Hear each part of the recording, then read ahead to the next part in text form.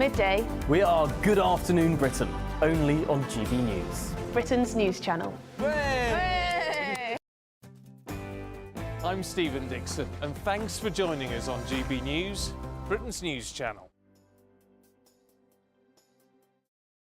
Every Saturday, 10 till 12, we'll bring you all of the news that you need to know. We'll also remind you that there is so much to smile about. It's my favourite time of the week. I get to relax, enjoy some light-hearted stories, and let Ellie teach me about fashion too. That's Saturday Morning Live, every Saturday, 10 till 12. Only on GB News, Britain's news channel. I'm Emily Carver. This is GB News, Britain's news channel.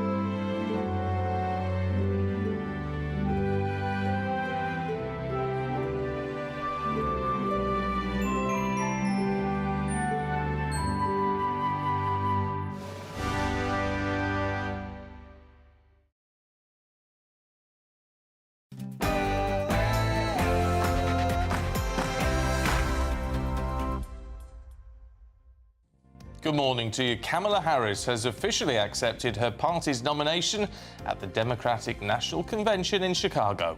In a headline speech focused on unity and working-class aspirations, Harris pledged to lead for all Americans and create an opportunity economy.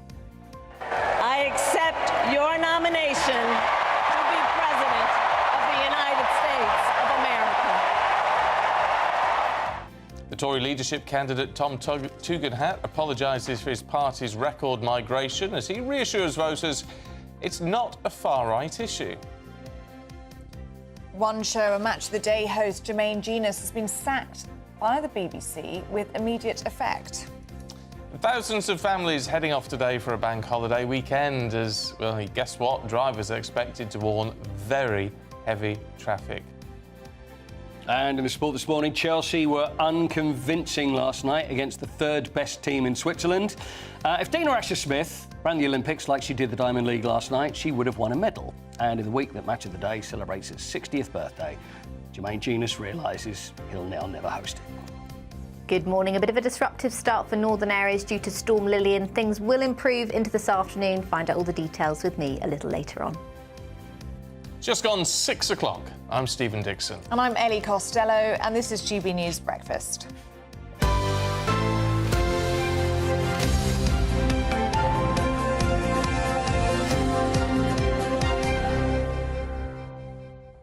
I've got to say, one of the nice things about being on telly is that you do get sent some little bits and bobs every now and then. Yeah. People send you nice pictures. We have some lovely pictures someone sent through today of some fish. Some and things paintings. and lovely, very nice. But I was very intrigued. The very nice people at Hull Trains sent me a parcel. Yes.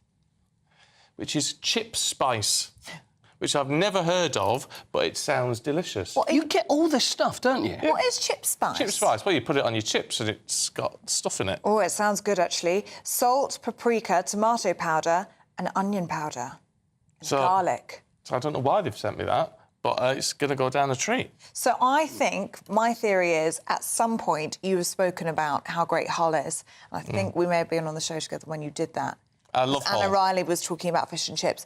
I think they've caught wind of this and thought, the man loves his chips, let's send chip spice. I do like chips, I do like Hull. So there you go. what more Thank can you, Hull Trains. I've never been on a Hull train. It's funny because I was sent a bag of chips this morning, but with no salt and pepper on it. So what's it? Maybe we could work together on this. I think maybe. I'll have a little bit. If you want I'll give you some with chips. Sounds good. Spice. I'm looking forward to it. You have to let us know what it's like. Do a taste test. I will. I ain't sharing it.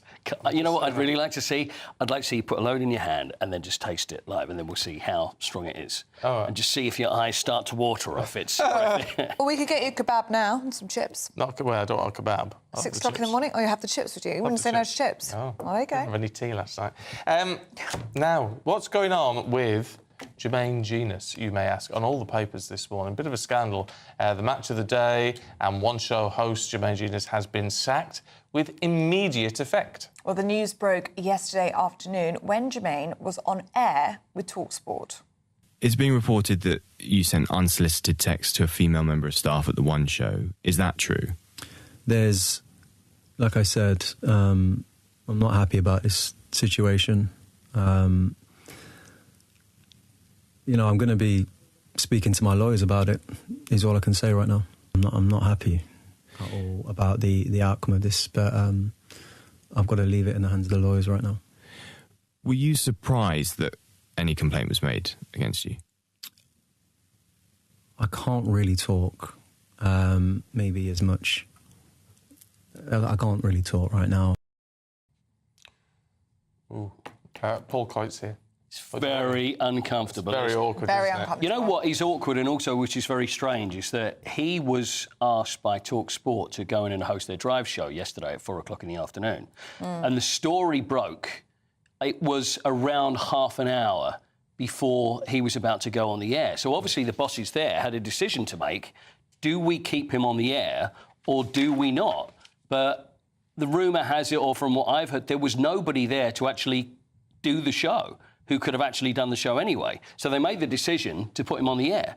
And it's interesting because then on the show, because so many people are thinking, right, we better listen to this, he's discussing with other ex-pros about managers getting fired, and you think the irony and what's going on with him. So anyway, it's gone through, and then he was interviewed later, and obviously he doesn't want to say much about it and can't say much because if it's in the hands of the lawyers. But it's to do with allegedly inappropriate texts that have been sent to production staff. We don't really know too much else about it, but you know, it's. Obviously, this is serious because if you look at the BBC, this is someone, we know nothing about this, and then he's fired for it. So... With immediate effect. With immediate effect. Which would suggest, I mean, we're in a post-Hugh Edwards era now, aren't we? That they have a zero-tolerance policy. Just any inappropriate behaviour, you're out. Absolutely. So this is the One Show. So not only in the One Show, Match of the Day as well, which he features prominently on. Don't know what's going to happen with TNT Sports, which he also does work for. And he also does stuff for motor racing as well. He's been dropped by his agent as well. Yeah, and at least he's been taken off their website. Yeah, and this is also interesting because this is often a situation when you get celebrities, they have agents that will then deal when it comes to crisis with clients, because whether it be in sport, whether it be in showbiz, whether it be in anything, this is where a lot of PRs earn their money and managers, because they try and keep things away from the public eye, had anything bad happened. But if you see that he's actually been dropped. I mean, I've known him for a long time. I remember when he was playing for Spurs, and I've always said at the time, so we're looking back about 10, 12 years, is that when he'd come in, I always said, you're going to be on TV. Because he's very eloquent, speaks very well. And when it comes to a lot of footballers, you know what footballers are like a lot of the time. You know, you don't get the greatest interview. Always very good, always had a future in the business. So now, where is that future and where does he go from here? Because the BBC, well, you know, that's finished now. Yeah. So it's now at the point where our other broadcasters are going to think, you know what, we like you, but these days, people will step away and think, you know, this is like a hot potato. I mean, the problem is when stuff is with the lawyers, it's with the lawyers, right? And it does limit what you can say. It doesn't stop you denying it. Yeah. And he was asked, and he just said, I can't talk about it. I think I think it's difficult to say, Stephen, because I think if you're going to deny it, then you're getting into the conversation. Yeah. It's like taking the fifth. It's like, you know what, this is in the hands of the lawyers. I'm going to leave it with them. And they've obviously advised him, say nothing about it whatsoever. But if you're going to say nothing about it, don't present a radio show and don't agree to do an interview. Yeah, this is the strange one, is that he's obviously gone in there, and I can imagine bosses there saying, well, look, we'd like you to come on, we're still happy, but can we ask you a few questions? He wasn't like he was railroaded into saying something or... Well, it is a strange one. He's not happy about this situation. Well, he keeps saying, that's the thing, he keeps saying, I'm not happy. He's adamant that he feels as though he's been wronged. Yeah. So let's see. Yeah. You wouldn't be, whatever the situation is, you are not going to be happy. No. So you're not going to be, that's it. But that's the line he kept coming out with. But he was seen as the natural successor, wasn't he, to Gary Lineker? I assumed that was the way it was going to go, because... Which would have been massive money. Absolutely. And whether it's about the money or the prestige, but it's the ultimate job in football.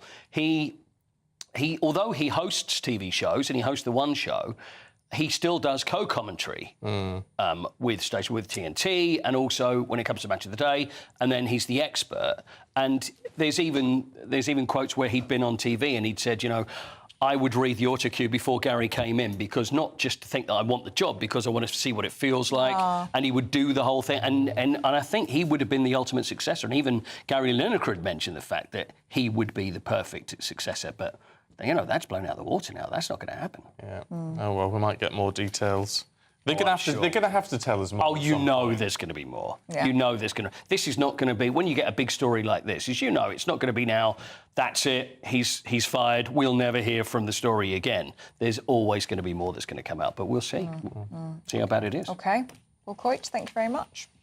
Now, to the States, where Vice President Kamala Harris was welcomed by raucous applause as she entered the Democratic National Convention and focused on her track record as a criminal prosecutor, but also talked about her Asian and black heritage. And then at the end of all that, she accepted their nomination to run for the White House. And to be clear, my entire career, I've only had one client, the people. And so, on behalf of the people, on behalf of every American, regardless of party, race, gender, or the language your grandmother speaks, on behalf of everyone whose story could only be written in the greatest nation on earth, I accept your nomination to be President of the United States of America. Now, of course, it wouldn't be an election speech without attacking her opposite number, referencing Donald Trump's recent guilty verdict and the Capitol riots. The Vice President, Kamala Harris, went on to say the only client that Donald Trump has ever served is himself. Consider the power he will have, especially after the United States Supreme Court just ruled that he would be immune from criminal prosecution. Just imagine Donald Trump with no guardrails. But America, we are not going back. We are not going back. Well, let's talk to foreign correspondent Sarah Firth, who joins us now. Good to see you this morning, Sarah. What do you make of what we saw from Kamala Harris? I mean, it went down very well at the DNC. Good public speaker, but not sort of setting things on fire like Michelle Obama did.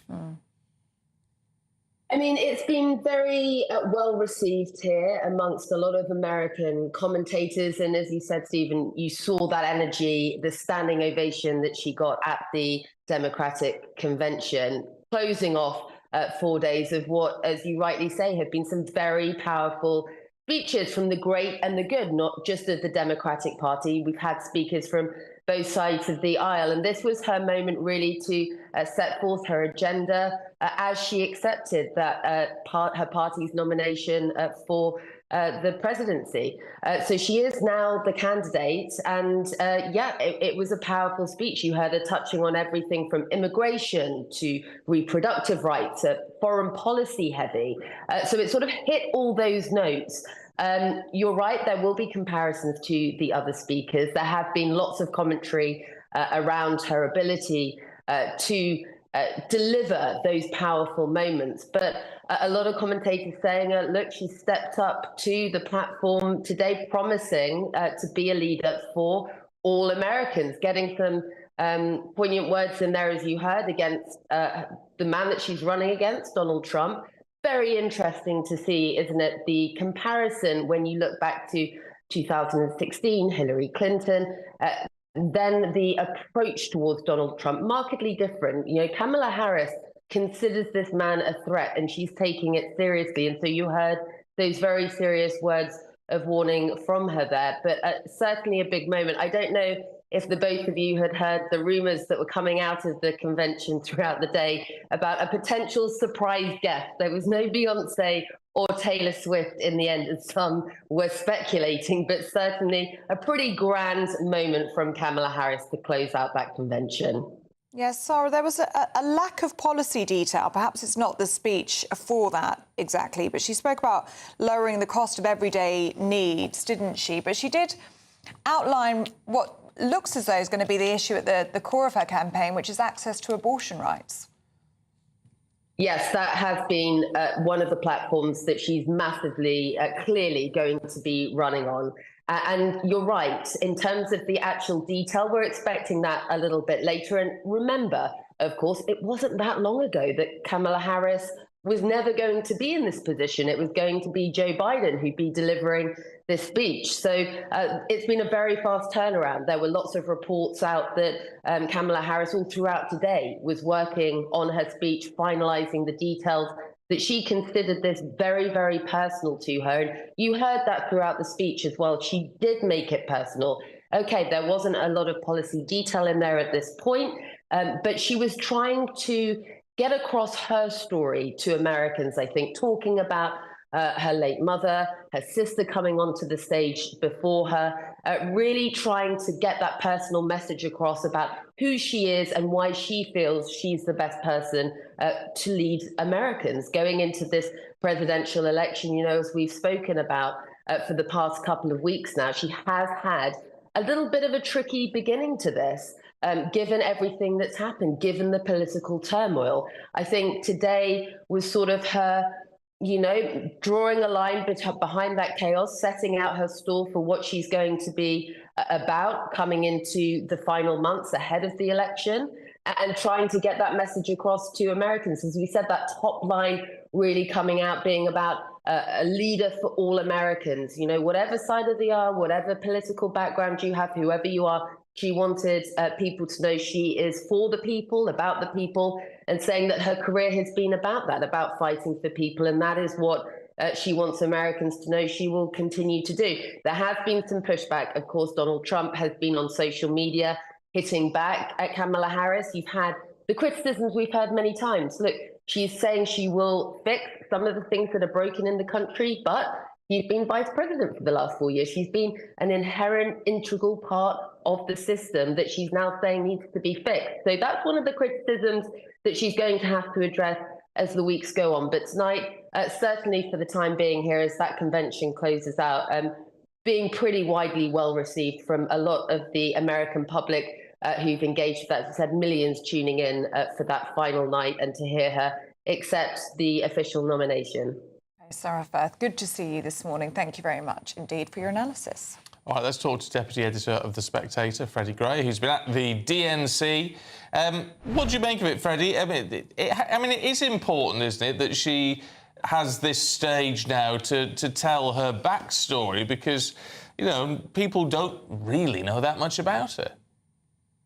Well, it's very odd that people don't know that much about it, because she's been vice president for 4 years. I've just come out of the convention centre. I'm sorry, I was a little delayed. But it was incredibly busy, incredibly hectic, huge crowds, huge excitement. There's no denying, you know, I say this through gritted teeth. I say these two things through gritted teeth. There's no denying that there's excitement about Kamala Harris. And there's no denying that tonight she gave a very good speech. I think she exceeded expectations. I think I heard you saying there wasn't much policy there, and that's true, but there was a suggestion of policy, which is more than we've had before. There was a talk about a big tax cut for the middle classes. There was talk about housing. There was talk about supporting the military. And she talks about Ukraine and Gaza. And Gaza, of course, is this very difficult issue for her because the left of her party are very angry and want her to denounce Israel. And she didn't do that. She said she defended Israel's right to defend itself, but also said she supported the cause of Palestinian statehood. And both lines got massive applause. So it's all very tightly scripted, very tightly controlled, but she delivered it very well. And if the Republicans can't get her off the tight script, then she could very well win this election. How was it feeling in the room? What was the atmosphere like that there? Because we get a sense that there's a lot of energy, there's a lot of enthusiasm for Kamala Harris. We've seen it in the headline speeches all of this week, but the polls suggest that this is still extremely tight. It is extremely tight, but she has brought it back to where it would have been had Biden not imploded so spectacularly. I think that this race is going to be decided in October. Something will happen, what they call an October surprise might happen in the run-up to the November 5th election, and that could swing it. There's no doubt it's going to be tight, but there's also no doubt Kamala Harris has made this race much, much more competitive. Donald Trump has said over the last couple of days, he's even talked about her nomination. I mean, look, the fact, I mean, she did sort of walk into the job under the circumstances that we've seen, but he said, it's not fair, and perhaps even another form of election interference. I wonder if that's a line that's going to resonate with people, or in those key states, is that a bit of an old line now, the idea if you don't win, then someone else has cheated? I think it's going to be very hard for Donald Trump to portray Harris as election interference at this stage. I think perhaps in a year's time, if Harris wins, a lot of people might look back and go, hang on a second, how did that happen? But for now, she's got this very short campaign. It's like a pop-up campaign, and it has this sort of pop-up energy, and it's quite frightening. I mean, I found talking to a lot of Democrats today, delegates and so on, and I have done throughout this week, I found it very odd that they can't really tell you why they like Kamala Harris. They can't really tell you what Kamala Harris stands for. They can't tell you about any of her policies because they've been so unclear. But they just seem very enthusiastic because they'll do anything to stop Donald Trump. And that is the great uniting factor of the Democratic Party. If there was any really clear, substantial theme to this election beyond the usual platitudes, it was Donald Trump has to be stopped. Freddie, what do you make of this school of thought when you hear Kamala Harris talk about needing to fix the system? And we've just heard Sarah Firth mention this. She has been an integral part of that system for the last 4 years as VP. And Donald Trump speaking after her speech saying, well, she could still fix the system. She's in the system for the next 5 months. Does that make her look weak, do you think? Is that something that will align with voters?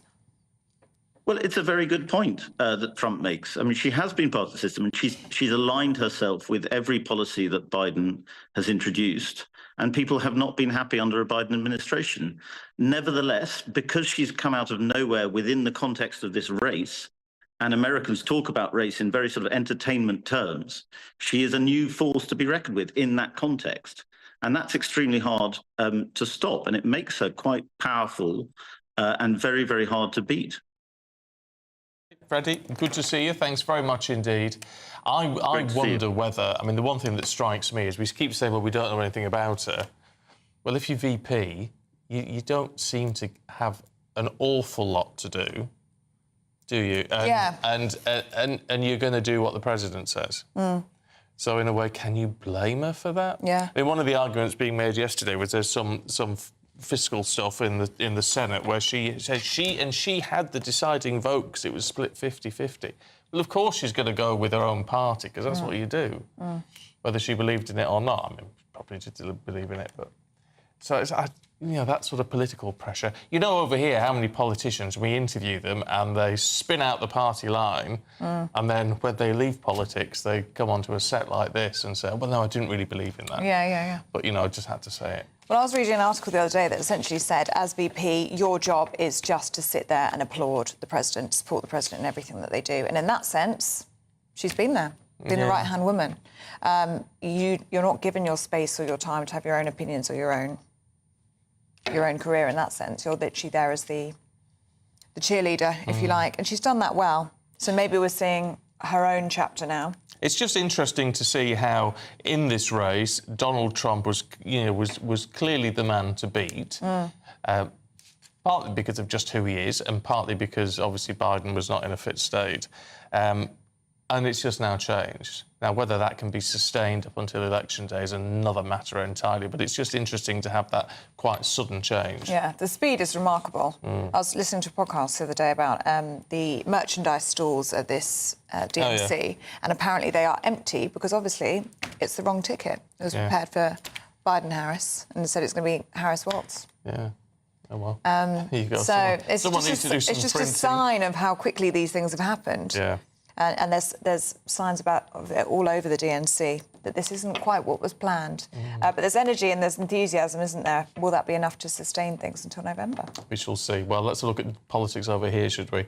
Because the Tory leadership candidate Tom Tugendhat has apologised for record migration figures during the Conservatives' time in power. Well, he sat down with our political editor Christopher Hope in this exclusive chat. On immigration, how do we finally, once and for all, deal with this issue of big net immigration? Would you like to apologise for seeing those big numbers come to the door? Look, absolutely. And, we've all got to stand on our record. Was it wrong, then, to allow, 1.2 million to arrive in 2 years legally? No question. Absolutely no question about it. Because what we've got to do is we've got to make sure immigration is at a level that the British people and British society... And what's your level? ...can integrate.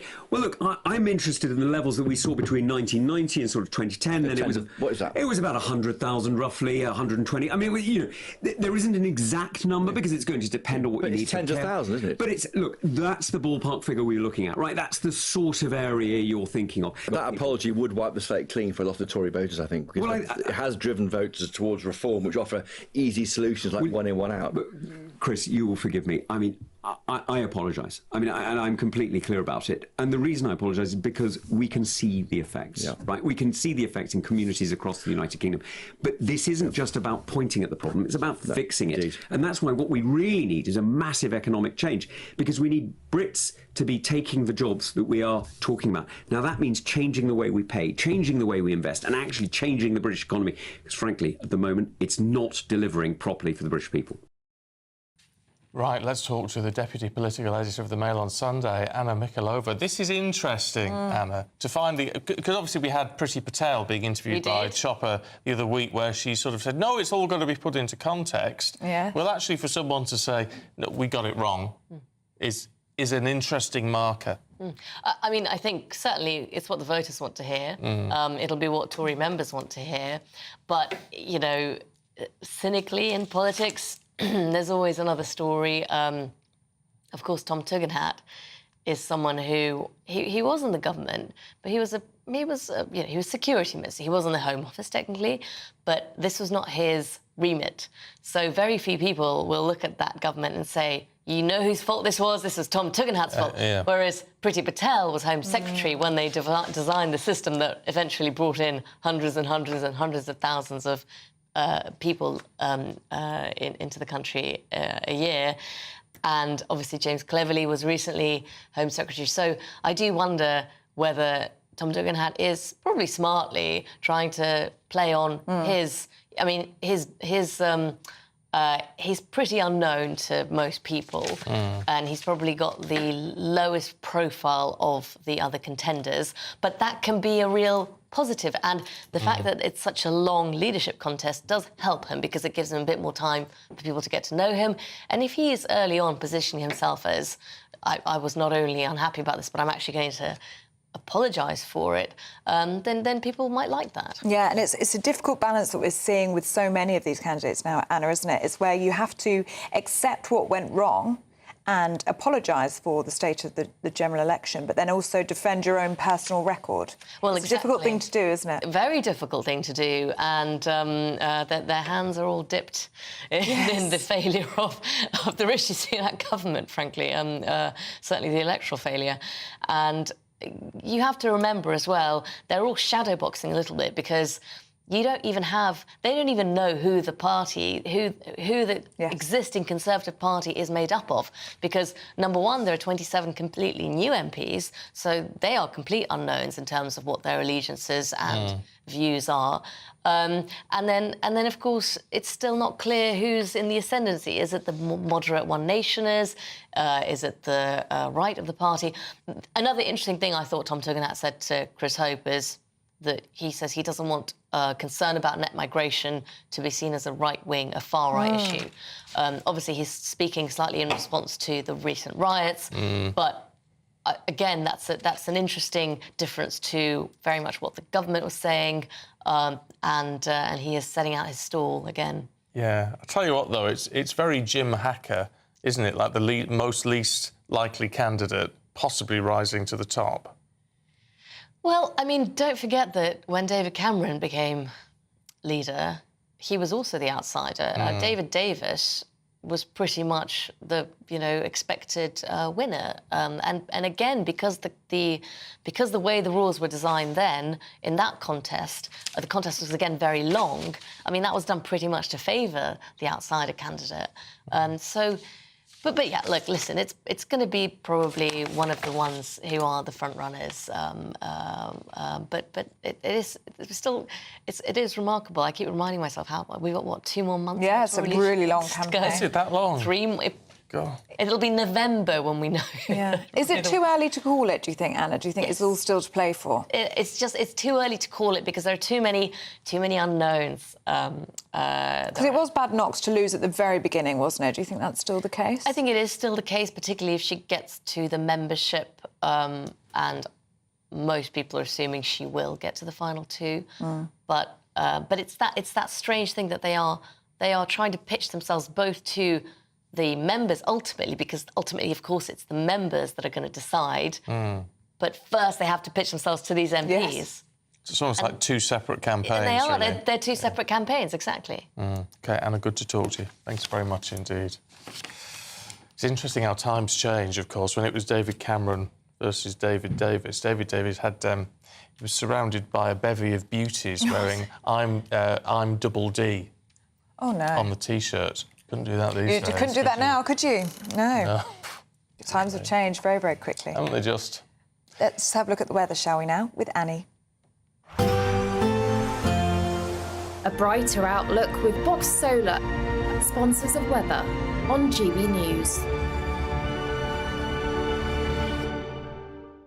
Hello, good morning. Welcome to your latest GB News weather update. Storm Lilian has moved in overnight and will bring some wet and windy weather through the next few hours. But into this afternoon, it will turn much drier as Storm Lilian clears into the North Sea. But there are weather warnings in force for wind and rain through this morning for northern areas of the UK. So there could be some travel disruption that may last towards lunchtime. For more southern areas, though, it will be a fairly dry day. Some sunshine around as well. Still a bit of a breeze out there well into this afternoon. So temperatures across western coasts in particular still feeling pretty fresh. But across the east, we could see temperatures into the mid-20s across parts of eastern England. So a fairly fine end to the day tonight, particularly across eastern areas. So definitely a brighter end to the day for parts of Scotland than the start of today. But there's still a few showers around, and particularly across the west, we've still got quite a southwesterly breeze, so it is going to be feeling quite fresh into parts of Northern Ireland as well. Some of these showers could be quite heavy, but for more southern areas, England and Wales, it will be a drier end to the day. Not exactly wall-to-wall sunshine, but plenty more sunshine this afternoon compared to this morning. Overnight, though, the next area of rain will build into more southern areas, so it will turn much wetter across southern counties of England overnight, as well as Northern Ireland and western areas of Scotland, where some quite heavy showers will start to break out by tomorrow morning. So with plenty of cloud and rain around, it's going to be a mild night tonight. The winds won't be quite as strong overnight as they will be this morning, however. It's a bit of a damp start to the bank holiday weekend for much of eastern and southern areas of England. That rain will gradually clear away to the east, but it'll likely be replaced by quite heavy showers across many central areas of England, parts of Wales too. And showers are going to continue for north and western areas too. So fairly limited sunshine to come on Saturday. A bit of a drier afternoon for parts of northern England and Wales, but temperatures definitely below par. that warm feeling inside. From Boxed Boilers, sponsors of weather on GB News. Lots of you saying that we look very smart today. Oh, thank you, yes. And where are we off to? Somebody else, we're going to a funeral. We're in navy, not black. It might look black to you, but I promise you it's navy. it's navy. And we're not off anywhere. I did say to Stephen yesterday we need to go out for a nice breakfast, but we haven't put it in the diary yet, have we? No, we haven't. Haven't got time today. No, I know you don't, but we will. And lots of people saying they like my hair up. I haven't... I like your hair up. Yeah, I'm getting used to it, I think. And nice. people are saying that it's actually because it needed a wash this morning, I'll be real with you. It's filthy. It's actually filthy. So it wouldn't hold the curl, so that's why it's up. Oh. That's what's going on. Right. I'm glad you like it. Because I had my head done yesterday. So he's actually very fresh. So thanks very much indeed for noticing. No messages about that So Stephen, whatsoever. yes, I think first thing I said to you was your hair looks nice. Oh, you did, Didn't I? yeah. Yeah, Luke worked very hard. Thank you, on this Luke. yesterday. Yeah, I think your hair looks lovely. Thank you.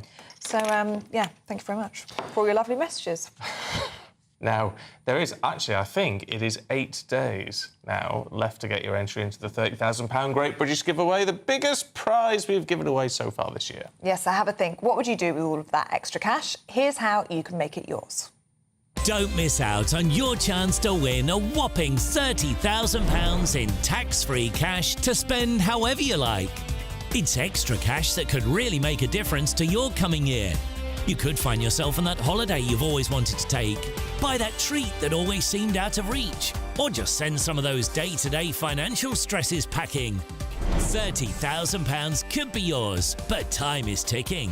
For another chance to win £30,000 in tax-free cash, text CASH to 63232. Text costs £2 plus one standard network rate message. You can enter online at gbnews.com/win. Entries cost £2. Or post your name and number to GB07 PO Box 8690 Derby DE1 9TT. UK only. Entrance must be 18 or over. Lines close at 5 p.m. on the 30th of August. Please check the closing time if listening or watching on demand. Good luck. Yes, good luck indeed. What are you up to? Oh, sorry, I'm just sending you that picture that you wanted. Thank you. Multitasking. Paul Coyte's going to have your sport in just a minute. Good afternoon, Britain. Your lunchtime update on the stories that matter across the UK. From breaking news and insightful analysis, inspiring stories and lively debates. You're comparing yourself to a former Prime Minister. Which is it? Stay informed, stay updated, stay entertained. I just don't know how anyone would not want to be there. Every weekday from midday. We are Good Afternoon Britain, only on GB News. Britain's news channel. Welcome to State of the Nation, daily plunge into the stories shaping our country. I'm Jacob Rees-Mogg, and Monday to Thursday we bring you the insights, the facts, the truth about how our country is being governed. Because what happens in Downing Street matters down your street. Tune in to State of the Nation every Monday to Thursday, 8 to 9 o'clock. Only on GB News, the People's Channel, Britain's news channel. Join me, Camilla Tominey, for a frank and honest discussion with those in power that cuts through the spin and gets to the heart of the issues shaping our nation. You haven't confirmed that you want to stand as leader, but you haven't ruled it out either. This report basically says that he's not fit to stand trial. Is he indecisive?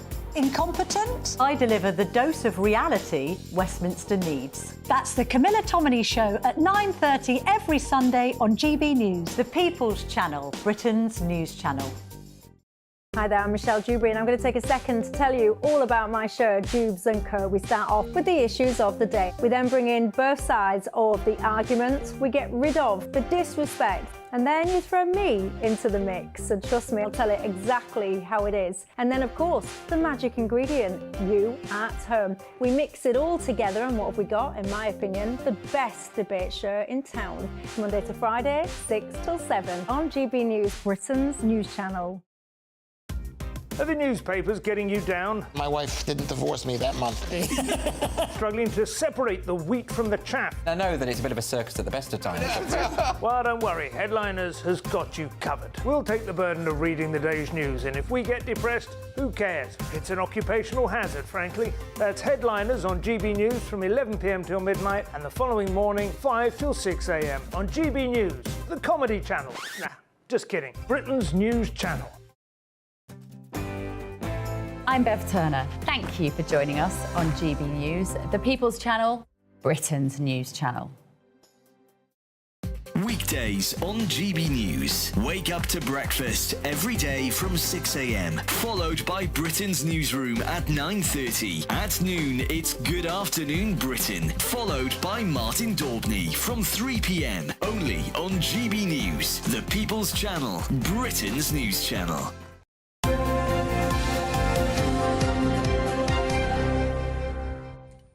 It's time to go through all the sports now with Paul Coit. Morning. Hello. So, shall we leave Genus for now, then? What do you think? No, go on, let's have a word.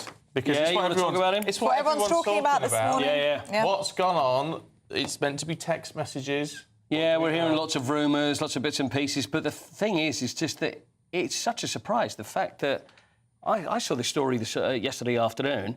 He's been fired, you know, with immediate effect from the BBC. I was really shocked when I saw it because I previously have worked at the BBC. To be sacked from the BBC is very, very rare indeed. You'd be suspended. Maybe things have changed in the wake of Hugh Edwards, but to be sacked with immediate effect is very, very rare. So does it make you think that maybe this story or whatever had happened and been going around for a while? Because obviously, could have surely investigations, things, unless something's been seen, and that's it, and it's all done and dusted. Yeah. And you're gone. And that's the amazing thing, is that he was on the radio yesterday. He was on Talk Sport yesterday afternoon, and you think, well, that's a bizarre one, isn't it? Yeah. Because you would think, or in situations like that, people go underground. It's like, you know, I'm not saying anything. He went straight on. He was on the radio that day. Obviously, nothing was mentioned there, apart from he was then asked questions after the show, but just said, you know, I'm not saying anything because it's in the hands of my lawyers. But I'm very unhappy, which, of course... Well, you would be if you get fired. You would be. Of course you would be. Oh, dear. Mind you, Raheem Sterling hasn't been fired, has he? But as good as... Yes. Well, yeah, he's had a bit of a tough time. We've spoken about him quite a lot this week. You know, he's on a lot of money, £325,000 a week, signed for Chelsea a few years ago for 50 million, but he's out of favour with Enzo Maresca, who's the new manager. He doesn't like him. He says, I like him, but he's not the player that I want. So what's going to happen to Raheem Sterling? There's 1 week, the window closes a week today, so he either will sit on his money and not play any football or look for a move. Now, apparently Aston Villa are interested, but you talk about £325,000 a week. Do you go for a pay cut and think, well, I can play football, I'll take less money? But then again, when you're on that sort of money, does 325 make any difference to 275? I don't really know. It's just so much money. Yes. I know it's a lot of money, Yes, it would. but does it actually make any difference to you whatsoever? 50 grand, I'd notice losing 50 grand a week. I think most It's of not us a problem would, but I can not if relate you've got to. as much money as he's got. Imagine, 315. £325,000 a week. £325,000 a And week. they'll have to buy him as well. So are they You could buy a prepared to new house spend every that week. much money? Yeah, crazy. Well, anyway, the other names that you'll know, Kieran Trippier, plays for England, Newcastle captain. Well, he was until only a couple of weeks ago because he's fallen out of favour with Newcastle anyhow. The club captaincy's been given to Bruno Guimaraes, so he's been given to him. So Kieran, he's another one that's not very happy. He's thinking, what am I going to do now? I'm not the captain anymore, so I'd like a move. Everton are interested in him.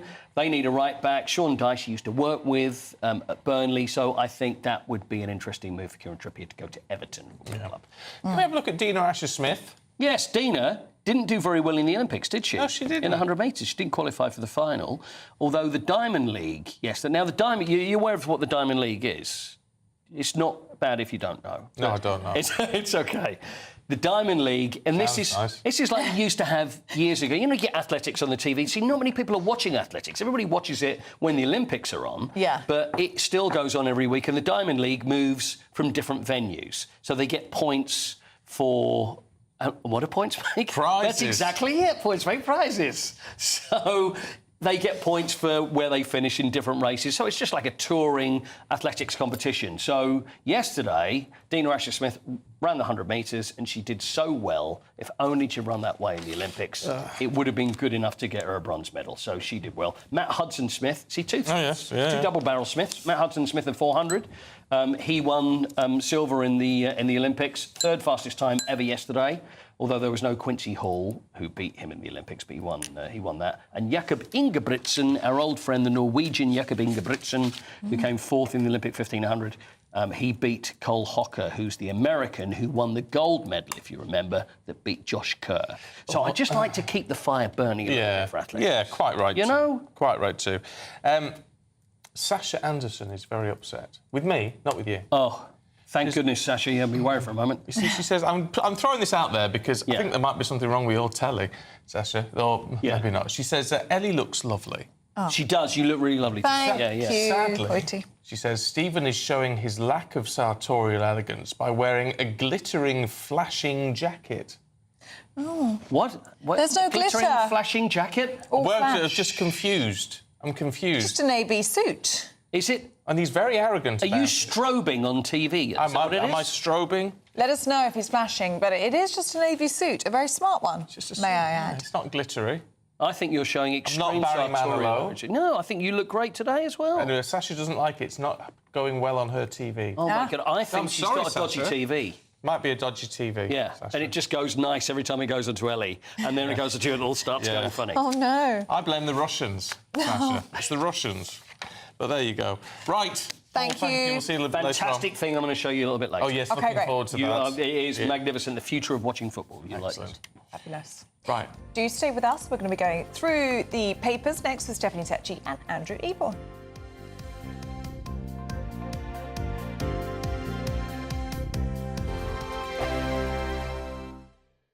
This is GB News, Britain's news channel.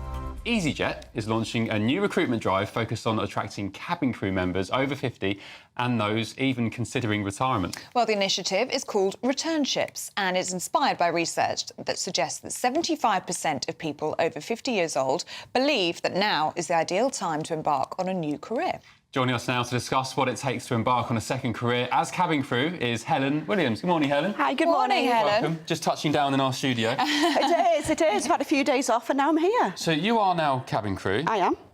What inspired you to get into it? What did you do before? How did it all come around? Oh, so when I graduated, I took an office job with my grad scheme, and that job lasted 6 months, and I started working for a European carrier. I did just over 5 years at that European carrier and had an absolutely fabulous time.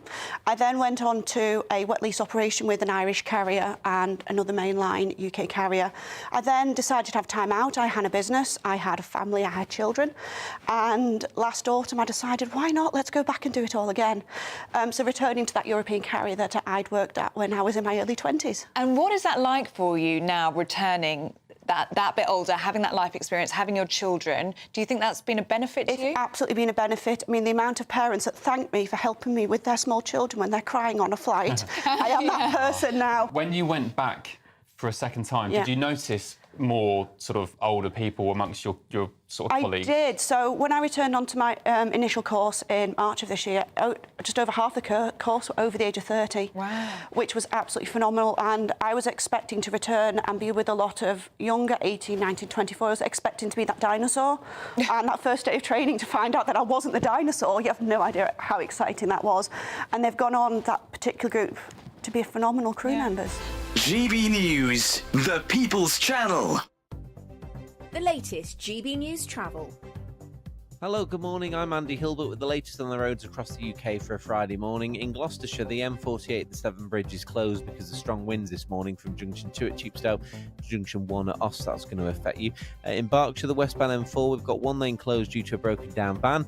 That's Junction 8 just before there at Maidenhead. And in Warwickshire, the M45 eastbound, we've got one lane closed due to an accident from the A45 at Coventry Road there to the Thurleston interchange round to Danchurch at the moment. And in Cumbria, the northbound M6. One lane closed due to emergency barrier repairs at junction 39 for Shap, and in West Sussex in the Hazelbourne area, the A285 is closed due to accident investigation work. That's going to affect you from Hazelbourne Lane round to Kilsham Lane at Heath End there. You're up to date. You can stay up to date throughout the day by visiting our website, gbnews.com.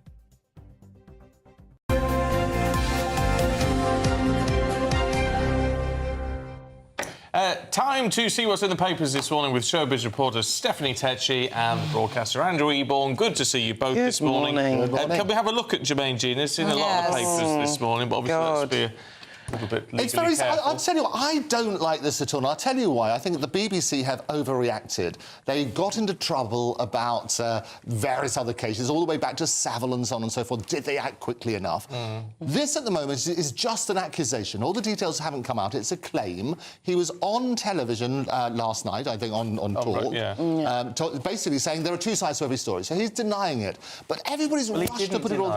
Well, he said there are two sides to every story, which means that the claim hasn't gone all the way through. There's context. And as we've learned so quickly in all of these things, we talk about Manchester and so on and so forth, that you drip feed. And trust in the media is at an all-time low. And I say that trust comes in on foot but leaves on horseback. The issue here is we're speculating, but if a complaint has been made and presumably some bosses somewhere at the BBC, it's meant to be about text messages, will have seen the said text messages. And if they've said this isn't acceptable. Yes, but then it's not a complaint. So you're absolutely right. There needs to be I always say that sunlight is the best disinfectant. What the BBC needs to do is to turn around and say, this is our procedure when we have complaints. I interviewed Greg Dyke for the Royal Television Society, and we talked about, we celebrated 100 years of the BBC, but talked about the next 100, how they're going to survive. And we looked at trust in broadcasters around the world. It is at an all-time low. It's about 30, I was looking at Statista, 36% of people, only 36% of people trust the media in the UK. Now, there's a problem, and part of that problem is the BBC. And if you look at that sort of stuff, and you have cases like Savile, you have cases, as you say, with Hugh and so on and so forth, the recent cases, where the BBC apparently didn't act quickly enough. I think they've gone to the other extreme here, is if it is just a claim, then it's too early just to spread all over the papers and so on and so forth. Well, what's happened in this kind of situation, as it usually does, is that once one complaint has come, more people have come forward, and this is what's happened in this situation with Jermaine, unfortunately. And the BBC, we cannot deny, is a scandal-riddled organisation at the moment. So when they are getting these complaints, they have to act fast. And unfortunately, I just think they just need to be clearer with their talent. What is the code of conduct that is expected from you as a presenter? You cannot do this and you cannot do that. And it feels like clearly the lines have been blurred here for a lot of its talent. And it's just unfortunate for Jermaine that his career now is effectively cancelled. Yeah, he was going to do Match of the Day. He was being groomed as the replacement for Gary. I mean, the thing is, I guess it's stuff you can do. It's that line, isn't it, between stuff you can do as a private citizen. Yeah. You can text who you like and say what you like, in effect. If they don't like it, well, it's up to you to sort it out. If you're on telly, in a position of power... Yeah, that's exactly it. And he's a married man. It's like, that's the thing. If you're married as well, there must be some kind of line where you know that you're crossing the boundary into flirting with someone. For this woman to make an accusation, clearly he did cross the line. And I guess the timing of this is all significant as well, isn't it, Stephanie? We're in a post-Hugh Edwards era. And I was reading in the papers this morning, BBC source saying that there's a new director of sport. And he wants to make it really clear that there'll be no skeletons in anyone's closet. And I think that's right, but I think what's sad is when it becomes the witch hunt that it does, where, you know, you have someone who's a much-loved figure, then overnight they turned into this hate figure and they're splattered across every single newspaper in the country, and then there's this whole big, you know, investigating into their private life. I think that's when it goes a bit too extreme until we've had the full facts of what's happened. And you're right. It has to be full facts here, doesn't it? Because there's nothing worse than an innocent person, I'm not saying he's innocent, an innocent person basically being vilified in the press, because it never disappears. No, it never disappears. Stephanie, can we have a look at... talk about private lives. Benifer. Yeah, they're no longer. Second time round. I think, you know, for a lot of a few months now, we've been speculating speculating that their marriage has been over. But Jennifer officially filed for divorce on Tuesday, which was quite significant because it was their second wedding anniversary. But that means they were only sort of happily married for 12, 18 months? Yeah. Well, you know, there is a lot of factors here. J-Lo likes being in the limelight. She's very much a showbiz girl. She loves the celebrity circuit, where Ben is quite in a different place in his career now, where he doesn't like to be in the limelight. He's a recovering alcoholic. So behind the scenes, I can imagine there was a lot of tension brewing between them. They've actually, on the files that have come out, they were actually split from April. So they've been apart since April. So I think J-Lo was just kind of, you know, wants to make it official. But the thing now with most Hollywood breakups is what happens when there's no prenup involved. You know, she's worth $400 million, he's worth 150. So any of the projects that they've worked over the past 2 years now is basically up for them to sort out their finances. But and she's been busy, hasn't she? Yes, she has been. A lot of projects, 4 different projects. So it'll be interesting to see if there will be a And it's really battle sad, though, with isn't that. it? Any breakup's really sad. When you have to do it in the public eye is absolutely important for both of them. We don't know what goes on behind closed doors. We don't know whether they're ever happily married. But in terms of the money... Yes. This is what I don't understand with people like that, is why should there be this big fuss over the money? Yeah. But if he's got $150 million... I'll tell you why. Why does he care? So all my lawyer friends will tell you that the biggest thing... It's very easy. Divorce laws is very straightforward. What happens is people, when they want to get revenge, so what they do, they start writing all these horrible letters, and it's all about that. It's nothing to do with the money. It's about revenge. And there's a classic cartoon which depicts lawyers, which has a cow with the word litigation written on it, and they have the defendant pulling the horns of the cow and the plaintiff pulling the tail, but the lawyers are milking it, because they are the only ones making all the money, and that's what happens. Where there's a hitch, there's a rich, but also where there's grief, it works on the same it's principle. so sad, isn't it? It really is. Both of you, can we have a look at the Bayesian super yacht? And this is in the Telegraph today, saying the crew could have avoided the crash. I've got a theory on this. It's fairly horrendous. The manufacturer of the yacht has come out and say it would have taken 16 minutes in the normal situation. It went down very, very quickly. He's saying they didn't follow precautions and so on and so forth. Just to put it in perspective, and I was trying to just combine the two stories, Mick Lynch has just been a co-defendant in a crime over there. His co-defendant was killed in a car accident. Conspiracy theories, there's a lot of questions to be answered. We should look further. Yeah, well, yes, but he was killed in a car crash, and the woman involved in that didn't. You know, it wasn't a hit and run or anything, was it? I've no idea. Yeah, she stayed there and was. Yeah. So it. Co-defendants. Conspiracy theories, though, it's. Question everything. Yeah. And I guess with this weather, it was so extreme. We're talking about water spout. I mean, you couldn't make that happen. Right, Anyway. Stephanie, Andrew, thank you both very much indeed. Good to see you. Let's have a look at the weather now with Annie. A brighter outlook with Box Solar, sponsors of weather on GB News.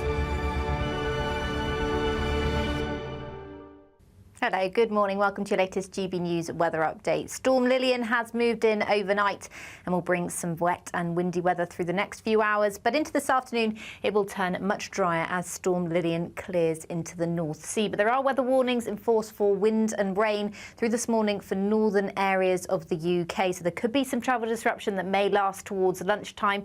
For more southern areas, though, it will be a fairly dry day. Some sunshine around as well. Still a bit of a breeze out there well into this afternoon. So temperatures across western coasts in particular still feeling pretty fresh. But across the east, we could see temperatures into the mid-20s across parts of eastern England. So a fairly fine end to the day tonight, particularly across eastern areas. So definitely a brighter end to the day for parts of Scotland than the start of today. But there's still a few showers around, and particularly across the west, we've still got quite a southwesterly breeze, so it is going to be feeling quite fresh into parts of Northern Ireland as well. Some of these showers could be quite heavy, but for more southern areas, England and Wales, it will be a drier end to the day. Not exactly wall-to-wall sunshine, but plenty more sunshine this afternoon compared to this morning. Overnight, though, the next area of rain will build into more southern areas, so it will turn much wetter across southern counties of England overnight, as well as Northern Ireland and western areas of Scotland, where some quite heavy showers will start to break out by tomorrow morning. So with plenty of cloud and rain around, it's going to be a mild night tonight. The winds won't be quite as strong overnight overnight, as they will be this morning, however. It's a bit of a damp start to the bank holiday weekend for much of eastern and southern areas of England. That rain will gradually clear away to the east, but it'll likely be replaced by quite heavy showers across many central areas of England, parts of Wales too. And showers are going to continue for north and western areas too. So fairly limited sunshine to come on Saturday. A bit of a drier afternoon for parts of northern England and Wales, but temperatures definitely below par. That warm feeling inside from Boxed Boilers, sponsors of weather on GB News.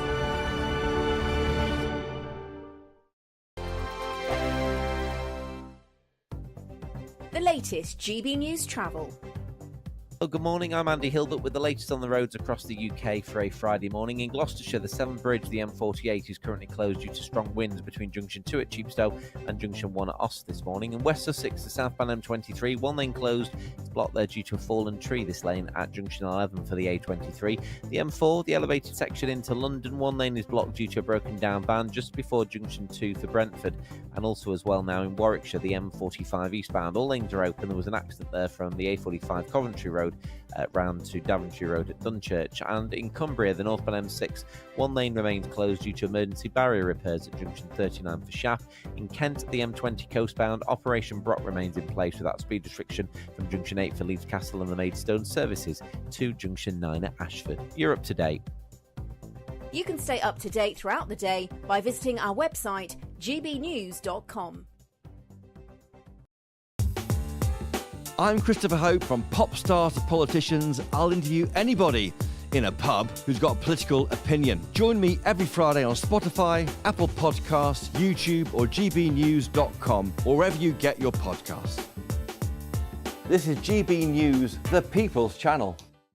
If you want your news to be straight talking... This is a nightmare for the Conservatives again. Down to earth. It's not just Nottingham where this is happening, is it? And most importantly, honest. Hard-working, middle-class taxpayers, they'll get their book thrown at them. Then catch me, Martin Daubney, Monday to Friday, 3 till 6 p.m. on GB News, Britain's news channel. Join me, Nana Akwe, for an informative, interactive news programme with a difference. It's fun. It's true. You're not wrong. No one will be cancelled. Lovely. Join me from 3 p.m. every weekend, only on GB News, Britain's news channel.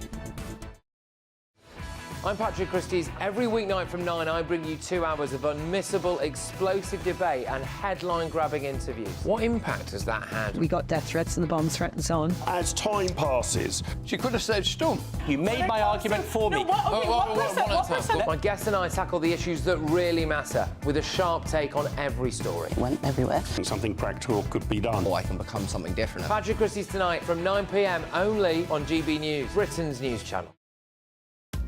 Are the newspapers getting you down? My wife didn't divorce me that month. Struggling to separate the wheat from the chaff? I know that it's a bit of a circus at the best of times.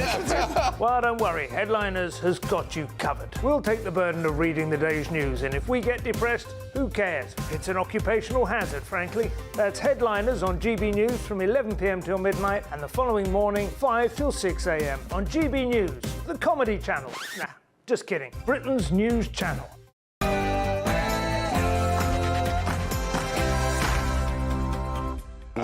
Good morning to you. Kamala Harris has officially accepted her party's nomination at the Democratic National Convention in Chicago. In a headline speech focused on unity and working-class aspiration, Kamala Harris pledged to lead for all Americans and create an opportunity economy. I accept your nomination to be President of the United States of America. Also today, will households face higher energy bills as we head into winter? Ofgem to announce the energy price cap very shortly. Tory leadership candidate Tom Tugendhat apologises for his party's record on migration, as he reassures voters it's not a far-right issue. On show, a Match of the Day host, Jermaine Genus, has been sacked by the BBC with immediate effect over claims of inappropriate behaviour. And in the sport this morning, Chelsea unconvincing last night against the third best team in Switzerland. If Dina Asher-Smith had run in the Olympics like she did in the Diamond League last night, she would have won a medal. And in the week, the Match of the Day celebrates its 60th birthday. Jermaine Genius realises he will now never host it. Good morning. A bit of a disruptive start for northern areas due to Storm Lillian. Things will improve into this afternoon. Find out all the details with me a little later on. It's just gone 7 o'clock. I'm Stephen Dixon. And I'm Ellie Costello, and this is GB News Breakfast.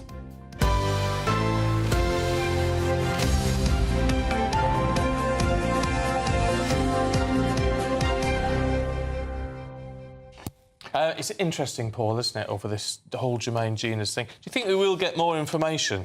Oh, yes. Yeah, absolutely. Well, they always do. It doesn't matter. There will be. I'm sure there'll be. But leaked from sources rather than officially released. Leaked from sources. It was bizarre. I mean, it was the strangest timing, though, is the fact that he was on Talk Sport yesterday at 4 o'clock. He was hosting the Drive Time show.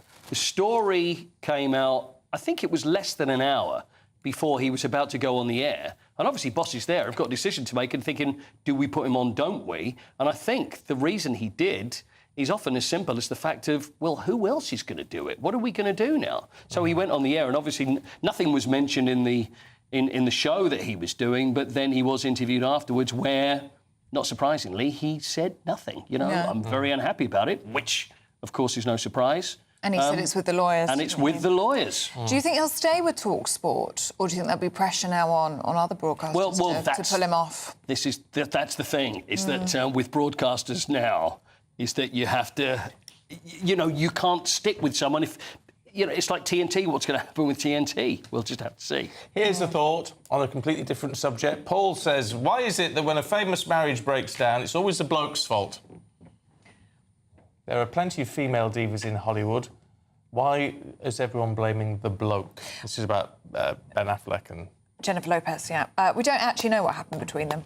It's just reports in the papers, which is what Stephanie was talking but you're about. right. Blokes always get the blame. Did they? They do. Did he? What did?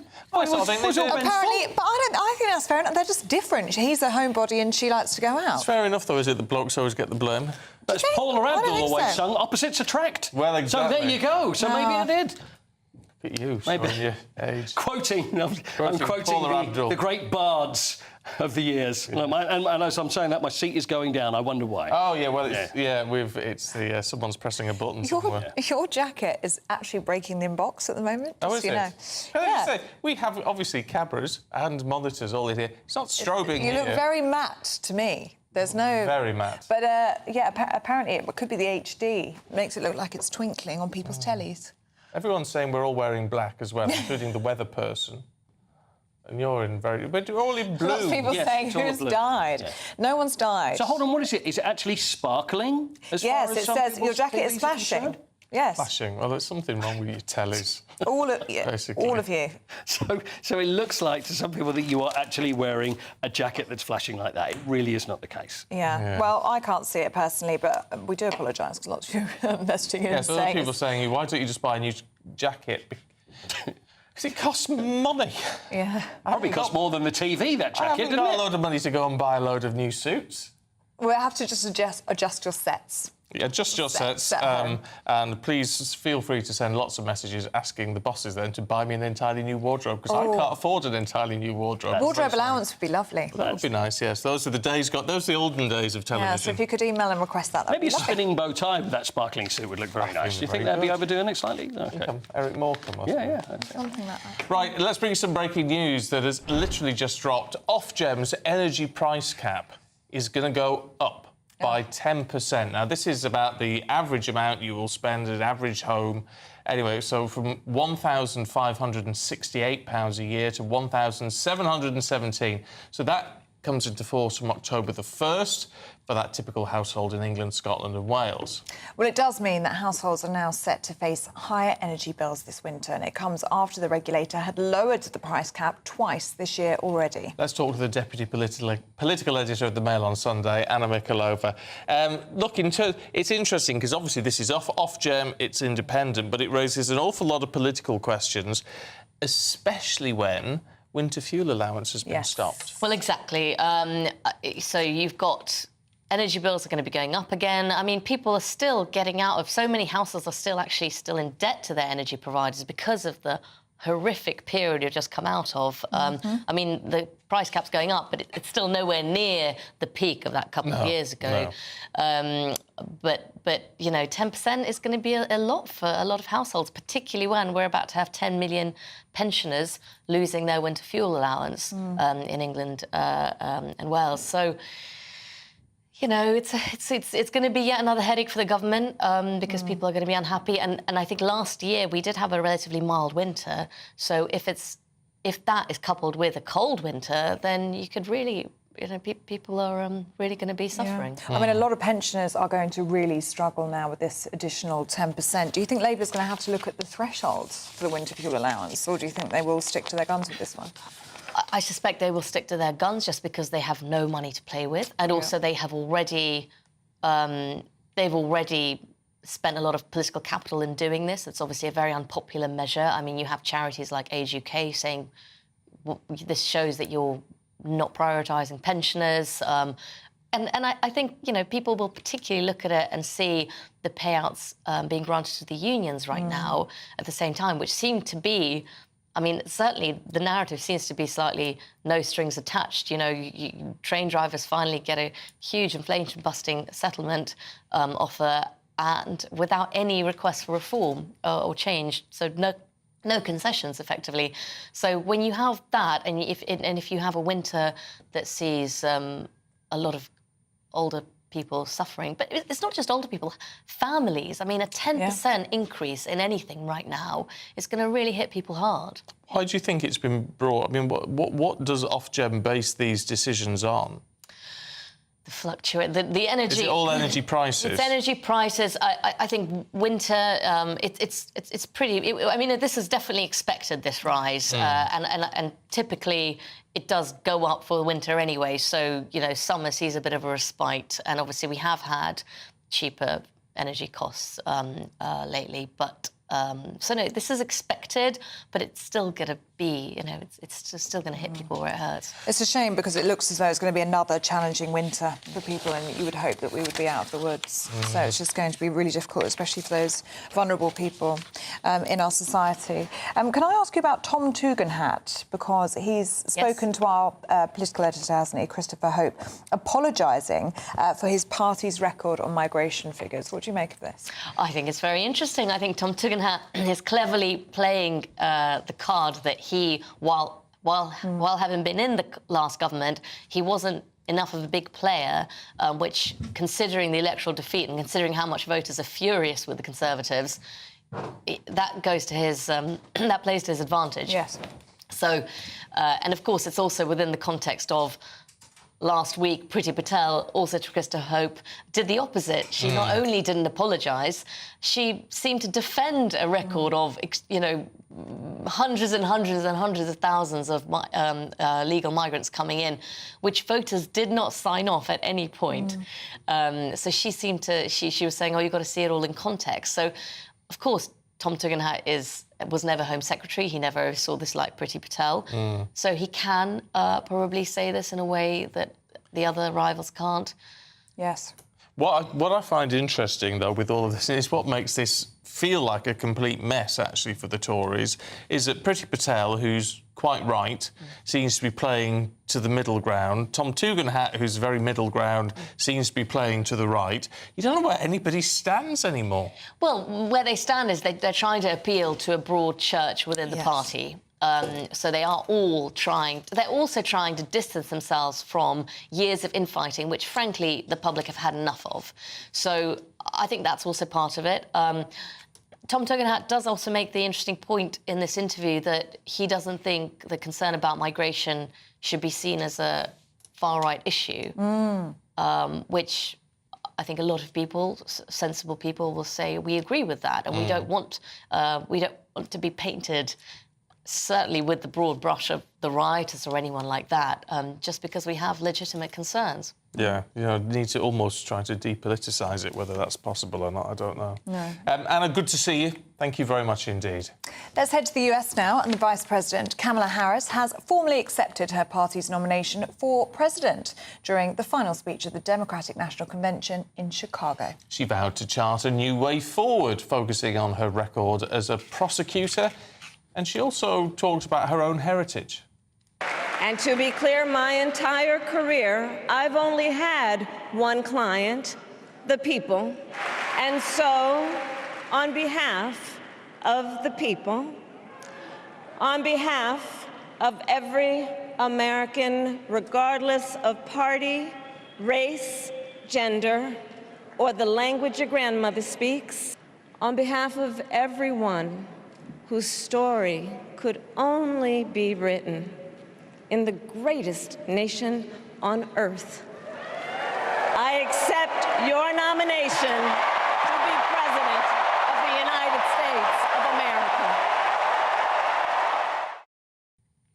Well, she didn't miss the opportunity, as you would imagine, to take a hit at the man she is going to be up against, Donald Trump. Consider the power he will have, especially after the United States Supreme Court just ruled that he would be immune from criminal prosecution. Just imagine Donald Trump with no guardrails. But America, we are not going back. We are not going back. Well, joining us now from the States is US political analyst Eric Ham. Good to see you this morning, Eric. And what did you make of Kamala Harris's convention speech? Because it very much seemed like a transitional speech. She is famous as her role in VP, but she's not known, is she? And she was very much kind of setting out her stall to the American public. Oh, this was a night that was all about Kamala Harris. And it's interesting because being in the conventions hall, there was so much buzz and energy. Everyone thought that Beyonce was going to be the surprise performer. And even though she did not show, there was not a letdown in that audience. Many people actually thought Kamala Harris delivered tonight on that speech. But even beyond the speech, the theater, the narrative in terms of how the Democratic Party actually shaped the story of Kamala Harris made it a very compelling evening and capped off, I think, a week where Democrats are now enthusiastic and energetic about the election in November. There has been criticism coming forward, though, of course, that it was very policy light. I guess the problem is, with all of that, across whoever you support in the United States, we've not heard a lot about policy from either candidate. Well, that's true. And certainly Kamala Harris, I think, did make sure to point out some of the accomplishments of the Biden-Harris administration. And she also talked about this issue of the war in Gaza, something that has certainly been a brewing undercurrent of concern within the Democratic Party. Remember, there are still those thousands of uncommitted voters. And we also learned that there was this negotiated effort to try to get someone from the uncommitted voters to actually have a speaking role at the convention. That did not happen. But what we are seeing from the convention, no less, is a party that does appear deeply unified behind this candidate and certainly believes that they have a great shot at winning and also placing Harris in the White House. Eric, it is interesting hearing Kamala Harris talk about wanting to fix the system that is broken. But she has been an integral part of that system, hasn't she, for the past 4 years? And we saw criticism from Donald Trump on social media saying, well, why didn't she do anything about the things that she complains about? I think one of the biggest concerns and one of the biggest issues that she does address that are broken is the issue of women's reproductive rights, which we know, of course, that's something that the courts actually addressed. She does want to see a legislative mandate from Congress that would actually give women the right to choose at the federal level. That's something that has not happened. But of course, that's something they lay at the feet of Donald Trump, not the Biden and the Harris administration. In addition to that, we know the growing concerns over the U.S. southern border. There was legislation that would have fixed that. However, we also know that Donald Trump also implored his party not to pass that legislation so as not to benefit, again, the Biden-Harris administration. And I think that's something that she does want to seek to address going into a second administration if she's elected. Where are we in terms of the polling, Eric, in all of this? Because it's not the national polls, as is often the way, it's not the national polls in a way that count, is it? it's the swing states that are going to hold all this? That's absolutely right. This race is going to come down to those key battleground states like Michigan, Pennsylvania, and Wisconsin.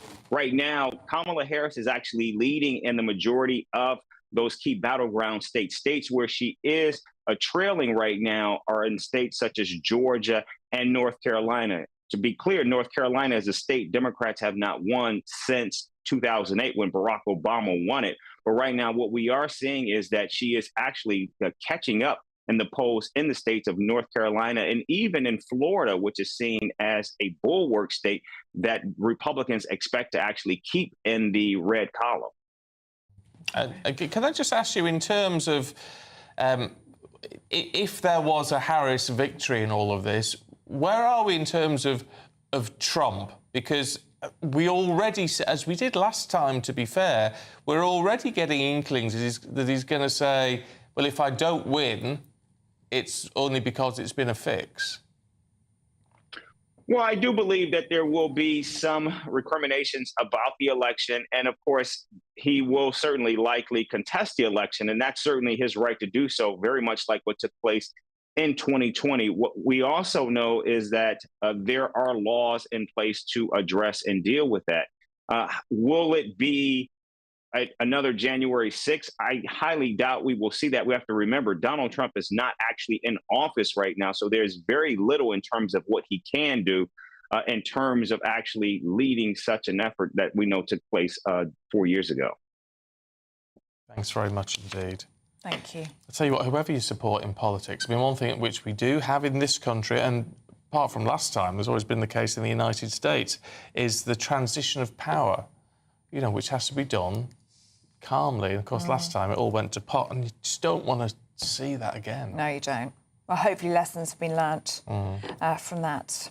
But You know, whoever wins in this election, there needs to be a calm transition of power. yeah, everyone needs to be kept safe as well, doesn't it? But it is incredible, talking to Eric Hand there, the speed at which this has all changed. I mean, the campaign so far, we've had the attempted assassination attempt, we've had Joe Biden out of the race, Kamala Harris in the race. So much has happened, and we're only really still got a long way to go before November. Yeah. Incredible. 10.5 weeks left to go yet. Now, you might be preparing for a bank holiday getaway this morning, but Storm Lillian might ruin those plans. Yes, the Met Office has issued yellow weather warnings across England, Scotland and Wales as Storm Lillian causes flooding, power cuts and disruption to travel. Let's head to Southport, should we? Our North West of England reporter Sophie Reaper is there. How's it? Oh, heck, it looks a bit windy, Sophie. Well, good morning to you both. This, well, might be the kind of report you'd expect to be getting from me in those wetter, windier winter months. Not perhaps something I think you may anticipate in the summer months of the year, particularly in the middle of August. But there we are. The Met Office has issued that yellow weather warning for this morning between 5 and 11 o'clock this morning as Storm Lillian makes its way across the UK. We're experiencing very, very strong winds here in Southport. We're expecting winds of up to 50 to 60 miles per hour. Now, what that means is, on the Beaufort scale, which is the scale used to track wind speeds, it puts it at about a level 9 or 10. Now, that scale only goes up to level 12, so I think that gives you a real sense of the kind of conditions we're anticipating here in Southport and across the north of England and northern parts of Wales today, this morning. But then what that will mean is things like power cuts, perhaps flooding, damage to buildings, even some trees being blown down. Now, I know that to be a fact because personally on my journey in this morning, I think you should be able to see the pictures on your screen this morning. Now, I had to reroute this morning because of a large tree that had been blown down by Storm Lillian in the road. The police had to close the road down because of the dangers that it posed. So those warnings being put in place by the Met Office today, they are serious. They're telling people that if you're out and about, make sure you are taking extreme care. However, we are only expecting it to stay in place until around 11 o'clock, so hopefully by around midday it will be a lot nicer and a lot safer as we make our way into that bank holiday weekend. Oh, Sophie, stay safe, please. I love how we're telling the police are saying to people to take care, and then we've got Sophie out on the beach there. But thank you very much, Sophie. Get inside, have a nice warm cup of tea, please. Yeah, it was very windy, even just, I mean, down here in London, it was very windy this Was it? morning walking in, yeah. I don't feel like I took that in. Well, you didn't, but you only get out of a cab and walk to the building. I've got half a mile to walk. So you can tell me it was I windy. can tell you it was windy, you have no idea. It's very difficult to predict at the moment. Yesterday I was wearing flip-flops and then I had to walk home in the pouring rain. Difficult, isn't it, in the middle of August? Serves you right. You wouldn't expect this kind of stormy weather in August. You wouldn't. Stormy weather, there's a song in there somewhere. It's 7:21. Let's have a look at some of the other stories heading into the newsroom this morning. West Yorkshire Police have confirmed that the man arrested after a Bradford house fire that killed a mother and her 3 children is the ex-partner of a woman who was visiting the family. He remains in hospital in a critical condition after Bryony Garwith and her children Dennisty, who was 9 years old, Oscar, who was 5, and Aubrey Birtle, just 22 months, were killed. The children's father, Jonathan, said in a statement, "I'm absolutely distraught at the sudden loss of my fiancée Bryony and our 3 beautiful children." Police are hunting up to 3 dogs on the loose, believed to have attacked a man found dead in the back garden of a property in Birmingham. West Midlands Police were called to Rubery on the outskirts of Birmingham in the early hours of Wednesday morning after reports that a number of dogs were on the loose. And a new lung cancer vaccine is being tested on patients in the UK for the first time. The drug, known as BNT116, is designed to bolster a person's immune system to cancer while leaving healthy cells untouched, unlike chemotherapy. Researchers leading the trial said the treatment could improve survival rates among people with the disease, with hopes that it could eventually become the standard of care worldwide.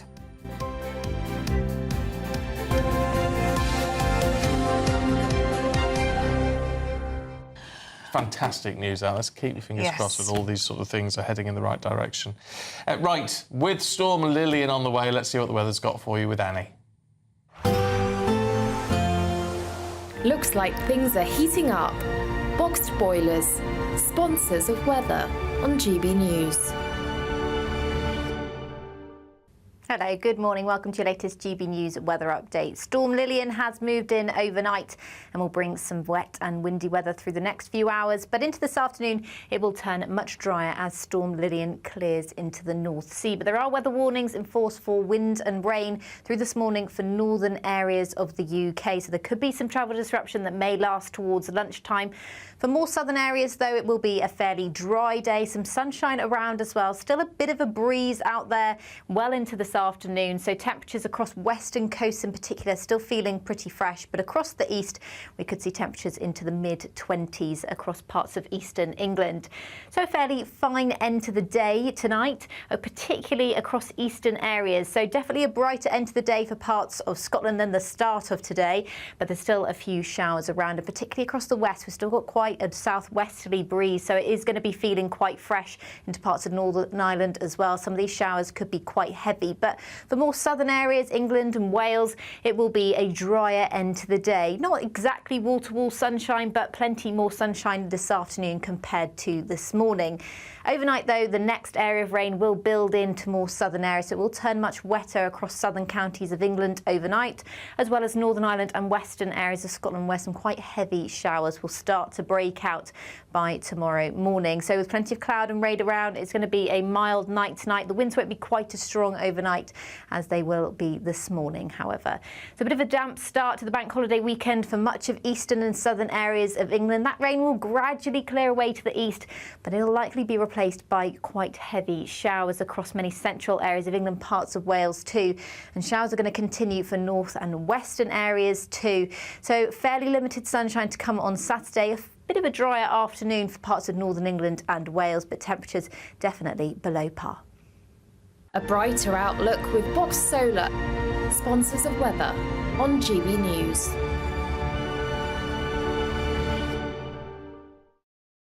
Now, under 2 weeks left, if you want to get your hands on £30,000 in the Great British Giveaway, it's all tax-free and it's our biggest cash prize so far this year. If you want a chance to win, here's how you could do it. we could be calling you with the news that you've won our latest Great British giveaway, an incredible £30,000 in tax-free cash. Hi, I'm John from sunny North Yorkshire, and I've just won £20,000 in the GB News Great British giveaway. It didn't cost much to enter, but of course if you're not in, you can't win. And here I am, having won £20,000, and that's tax-free, so I'm rather pleased I did it. For another chance to win £30,000 in tax-free cash, text CASH to 63232. Text costs £2 plus one standard network rate message. You can enter online at gbnews.com/win. Entries cost £2. Or post your name and number to GB07 PO Box 8690 Derby DE1 9TT. UK only. Entrance must be 18 or over. Lines close at 5 p.m. on the 30th of August. Please check the closing time if listening or watching on demand. Good luck. Yeah, best of luck to you.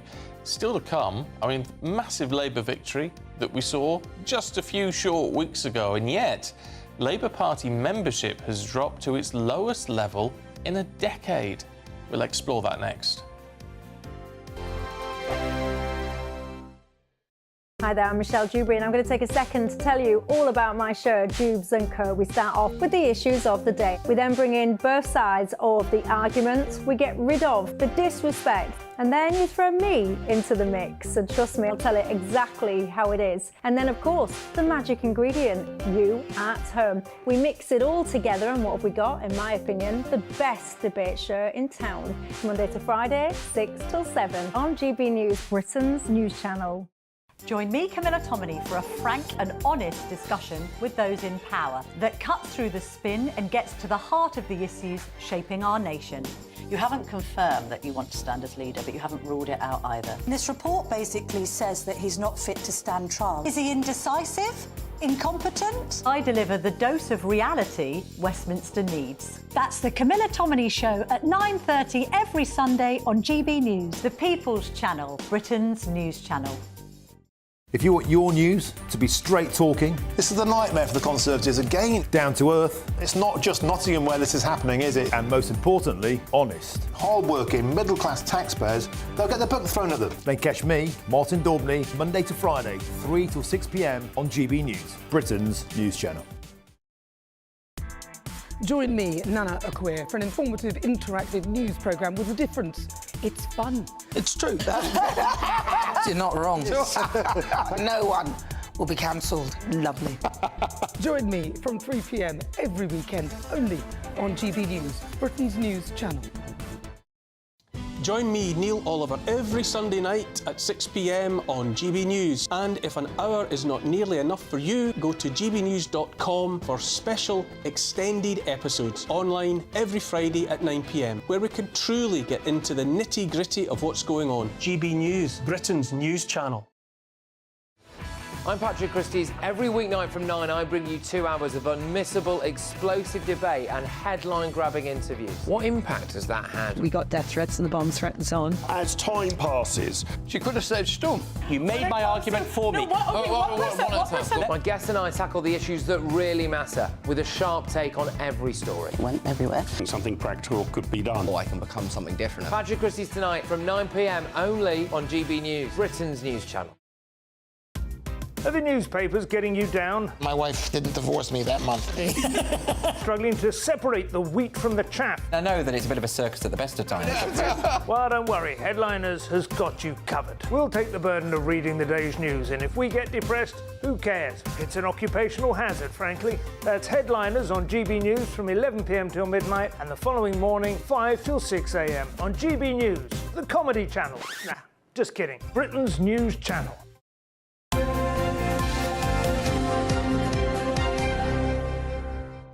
It's 7:30 now. Labour Party membership has sunk to its lowest level in a decade under Sir Keir Starmer. Well, figures show that Labour have around 370,000 members, which is nearly 200,000 lower than when Jeremy Corbyn was leader back in 2019. So what's that all about? Let's talk to political commentator Aman Bogle, who thinks Labour do have a problem, and political commentator Andy Williams, who doesn't agree with that. Aman, what's the issue here, do you think? Well, good morning, Steve and Ali. Good to be on the show. Well, I think it's very clear. A lot of these now former Labour members have realised what a lot of us realised very quickly after the general election, and that is that this is Sir Two-Tier Keir Prime Minister who promised to govern for all, and yet has gone on to label vast swathes of the country as far right for having genuine concerns about immigration. He promised to clear up politics, and yet he's gone on to appoint Labour Party donors and advisors to senior positions in the civil service. And of course, let's not forget, Rachel Reeves promised no tax rises, and yet they've gone on to steal pensioners' winter fuel payments and bumper bonfire of people's hard-earned money coming up now in tax rises in the next budget. Andy, what do you make of it? Well, I don't think any of the issues that have been raised there are going to affect Labour's membership numbers. You know, the reality is that what we're seeing here is Labour membership numbers drop back, as you said, Ellie, from the peak of the Corbyn years when, frankly, a lot of the Labour membership was comprised of people who didn't believe in Labour's core mission, which is to represent people in Parliament and in government. A lot of the entryist, hard left-wingers who used to be in the Labour Party, who were only there because of Jeremy Corbyn, have now left. And I think that's a very good thing, because Labour is serious again, and that's why Labour's back in government. Fair point, Aman, to say when it comes to things like party membership, it's parties that are struggling, it's parties that are the underdogs that recruit more members, parties that are enjoying success. People don't have the same urge to join. They don't think they need their support. They don't need their hard-earned cash. On the contrary, I think when people feel enthused that their share in democracy is delivering a dividend, that, you know, it's working for what their mission is, which is, look, let's be honest, when we had Prime Minister Boris Johnson winning the election in 2019, we saw huge upsurge in Conservative Party membership because people liked what they heard. Look at what Reform are trying to do. Their membership is surging over the last few months. I think it's, you know, well and wonderful to say that, you know, a lot of this was entryism, but I think a lot of it is boiled down to one simple thing. Do people believe that the party they want to be member of, they can trust their leader? At least with Corbyn, you know, we knew what he stood for. He was a communist, and that was authentic. People understood that. Andy? Well, one of the really interesting things about Labour Party at the moment is that everybody is actually incredibly united. People are squarely behind Keir Starmer. They think he's made a very good start. The cabinet is united, much more united than it's been at any time in a very long time. And actually, if you compare where Labour are with, 370,000 members, that's more than double the Conservative number. It's the Tories who have a problem with attracting members, and particularly from a demographic perspective, you know, they have a demographic crisis on their hands. The Conservatives cannot attract anyone under 70, really, to join the party or even vote for the party. So I think that's where there's a problem. Labour have a healthy membership across a range of ages, across different demographics, and I think it's in good shape. OK, look, really good to talk to you both this morning. Thanks very much indeed. Thank you. It is trying to put it into some sort of context. I mean, the latest figures I can find are from 2 years ago, and obviously things have changed. So it's come down since then. So it's come down since then, but Labour... So in 2022, Labour had 432,000, Conservatives 172,000, SNP 104,000. I don't know what... It's the largest political party in terms of membership, isn't it? Yeah, still is by far. What I would really want to see is the numbers for Reform, and we haven't got those. Yes. I'd love to know, because that I imagine would be substantial. Yeah, and they went up considerably after Nigel Farage became leader, didn't they? Would that go up to past the Conservatives? Very well could have done. So they could be the second party in terms of party membership here in the UK. So there you go, it's an interesting one. Yeah, it's a changing picture, isn't it, all the time? Do stay with us. Paul Coit is going to be here shortly with all of the latest in sports.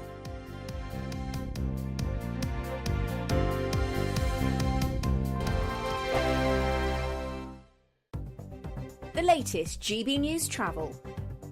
Hello, good morning. I'm Andy Hilbert with the latest on the roads across the UK for a Friday morning. In Gloucestershire, the M48, the Severn Bridge, currently closed due to strong winds from Junction 2 at Cheapsdale to Junction 1 at Oss this morning. In Hertfordshire, the northbound M1, we've currently got one lane closed due to an overturned vehicle, Junction 6 for North Watford and Bricket Wood to Junction 6A for the M25.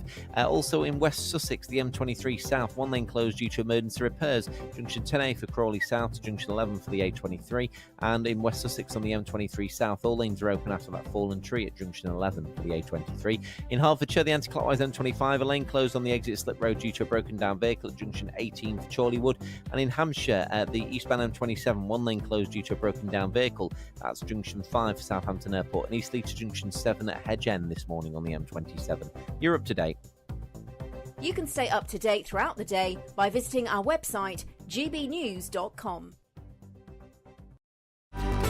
Good afternoon, Britain. Your lunchtime update on the stories that matter across the UK. From breaking news and insightful analysis, inspiring stories and lively debates. You're comparing yourself to a former Prime Minister. Which is it? Stay informed, stay updated, stay entertained. I just don't know how anyone would not want to be there. Every weekday from midday. We are Good Afternoon Britain, only on GB News. Britain's news channel. I'm Michael Portillo. This is GB News, the People's Channel, Britain's news channel.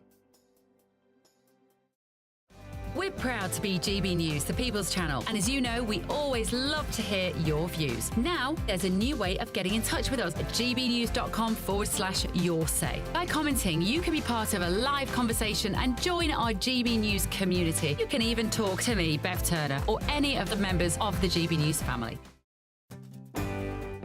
I'm Mark Dolan, and this is GB News, the People's Channel, Britain's news channel. Hi there, I'm Michelle Dewberry, and I'm going to take a second to tell you all about my show, Dubes & Co. We start off with the issues of the day. We then bring in both sides of the arguments. We get rid of the disrespect, and then you throw me into the mix. And trust me, I'll tell it exactly how it is. And then, of course, the magic ingredient, you at home. We mix it all together, and what have we got? In my opinion, the best debate show in town. Monday to Friday, 6 till 7 on GB News, Britain's news channel. I'm Martin Daubney. This is GB News, Britain's news channel.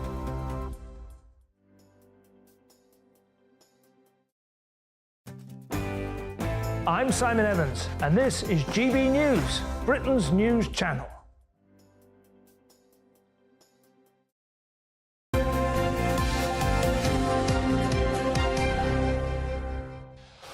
"7:38 now. The scandal at the BBC as Match of the Day and One Show host Jermaine Jenas was sacked immediately yesterday. Yes, the news broke on yesterday afternoon whilst Jermaine was on air with TalkSport.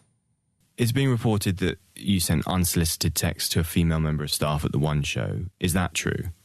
There's, like I said, I'm not happy about this situation. I'm going to be speaking to my lawyers about it, is all I can say right now. I'm not happy at all about the outcome of this, but I've got to leave it in the hands of the lawyers right now. Were you surprised that any complaint was made against you? I can't really talk, maybe as much. I can't really talk right now. Oh, well, Paul Coit joins us now. What do you make of it? Difficult to say. Yeah. I know you've said, and other people have said, well, he doesn't deny it, but in a situation like that, I don't know where the legalities are, but... Oh, I'd deny it. If it was me and it wasn't true, I'd be saying, no, that's just absolutely not right. I don't know what lawyers advise to say, because to say nothing. Nothing. But then why would you give an interview? Well, that's because he was there. He was there. See, I'm trying to piece together what happened. It was a bit of a mess, afterwards, wasn't it? Yeah. Because it was about 3:30, 3:45 yesterday afternoon. The story breaks that he's been fired from the BBC, and it's like, what's happened? And then I knew for a fact that he was going to be on in the afternoon on TalkSport. He was covering doing the afternoon show. So it's like, well, isn't it strange that he's actually going to go on? Because usually, in any if you have any story, they disappear. The person will disappear for a while. And just to review what's going on and see what they're going to do and whether they're talking to lawyers. But he went on the air, You know, and there he is talking about the future of Eric Ten Hag. Is he going to be fired? And you think the irony there, which is what's just happened to you at the BBC. Then he did an interview afterwards, and that was where all the questions were put, but there were no answers coming back, which I'm not surprised about. But what I am surprised about is how this has come out of the blue, because often you'll get maybe rumours about something, or something will appear in the paper, then whoever the employer is will then do something about it. But the employer, the BBC, has said, that's it, the contract is terminated. An email was sent to all the staff saying that Jermaine Jenas is no longer working at the BBC, and that was it. And it's all done. A suggestion that it was done very quickly as well, because that email was sent from an iPhone, reportedly, in the papers today.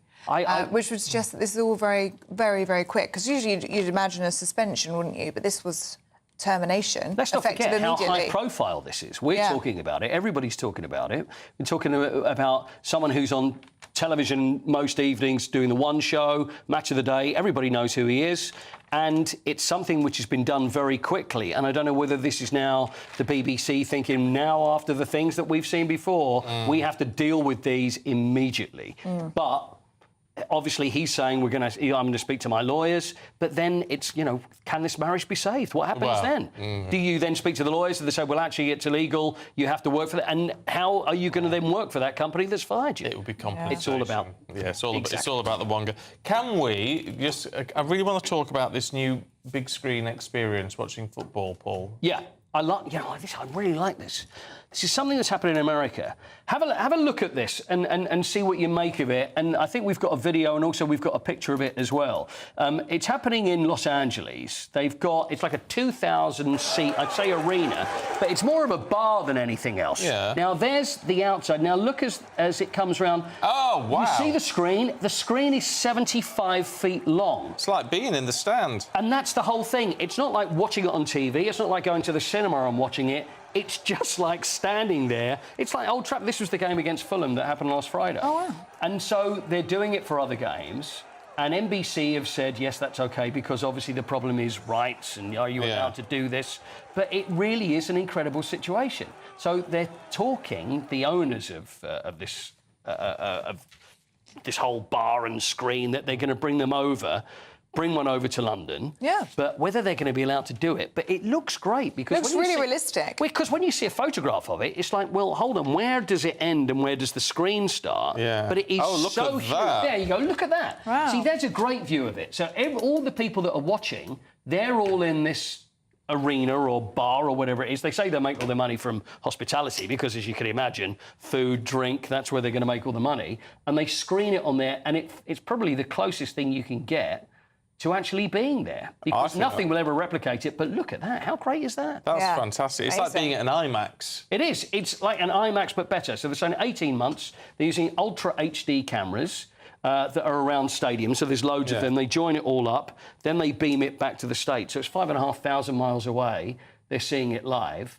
But whether they can do it here, because then you've got Sky, you've got TNT, you've got the BBC. Yeah, but are they going to say, yes, you can do it? If you've got the rights to show it in a pub, you have to have a special licence. I guess so. You? Then maybe just show it on a bigger screen. They don't tell you what size screen you can show it on, do they? That's true, yeah. But it's not actually what you would see on the TV. So I don't know where there's commentary involved, because it feels more like you're there. But apparently it's a huge success, and I think it looks terrific. I mean, I'd give that a whirl, just for the experience of it. Apparently GB News are talking about doing it for breakfast as well, that people will turn up and watch it as if you're there, and you will like be you're sat with us, over 80 feet tall, Steve. Well, there you go. And you... It would work. What about the chips? Can we do the chips? Chips, yeah. We'll talk about the chips? Yeah. I know you said you got some whole spice. It's back in my bag because... Have you got the whole spice? This is going home. Hull chip spice. Sent to you from Hull Trains. Hull Trains. Thanks, Hull Trains. Thank you, Hull Trains. Stephen Holland sent me a tweet. Thanks, Stephen. It says, no better way to have chips than with Hull Spice at Hull Arena. And here's the sporting link, watching Hull Seahawks ice hockey. Oh. So hopefully we have a picture of Stephen with his Hull Spice or Allspice with his chips watching the ice hockey. Do we have that? No. Here it is. Coming. Here it is. Coming. There he is. Good man. And there's the Hull Spice as well. There you go. It's the thing. I didn't realise it was the thing. I didn't know it was the thing. Hull Spice. Hull Spice. Well, it sounds great. Hull Was it Seahawks. paprika, garlic, salt, pepper? All the good things. It's all the good things. I actually am really looking forward to trying it. I'm really jealous. She-Hulk shirt on. Can you let me know what it's like? Thank you. I will let you know Can what you it's put like. a little dab on your finger? Just I'm not opening the pack because then go on. it'll all fall out in my and then bag. you'll have whole spice all over your bag. Yeah. OK, fine. Thank you very much, Paul Coit. Thank you. Thank you. Do stay with us. We're going to be going through the papers next with Stephanie Tetchy and Andrew Eborn.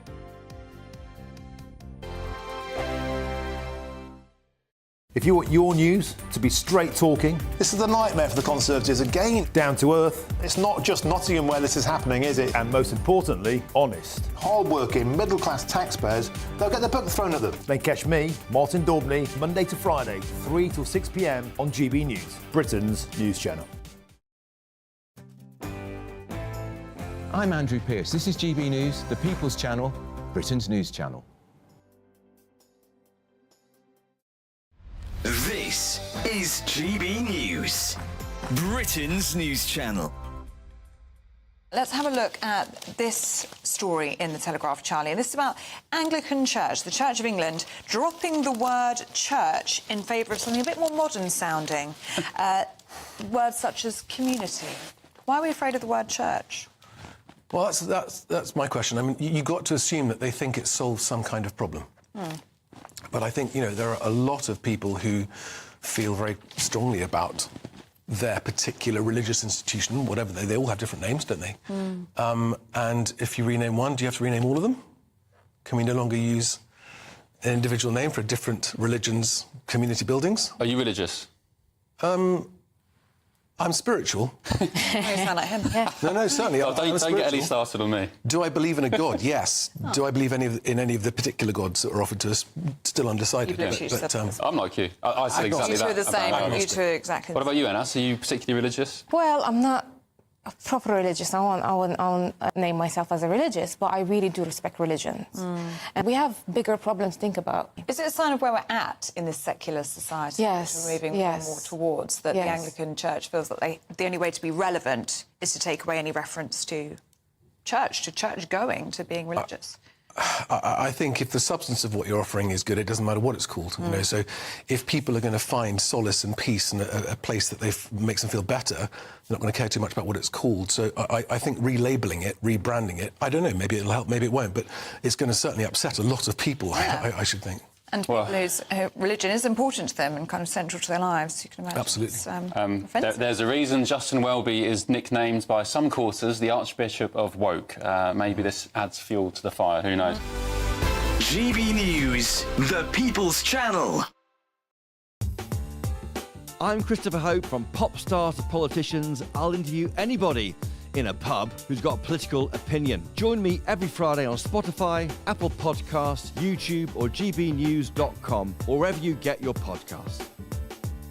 This is GB News, the People's Channel. I'm Bev Turner. Thank you for joining us on GB News, the People's Channel, Britain's news channel.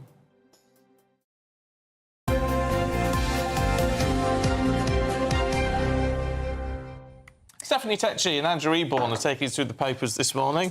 Good morning. Morning. Steph, let's start with you, shall we? We talked about the GCSE results yesterday. Yeah, I did. Oh, my gosh, I was holding my breath for so many youngsters that I know that were just scared to get their GCSE results.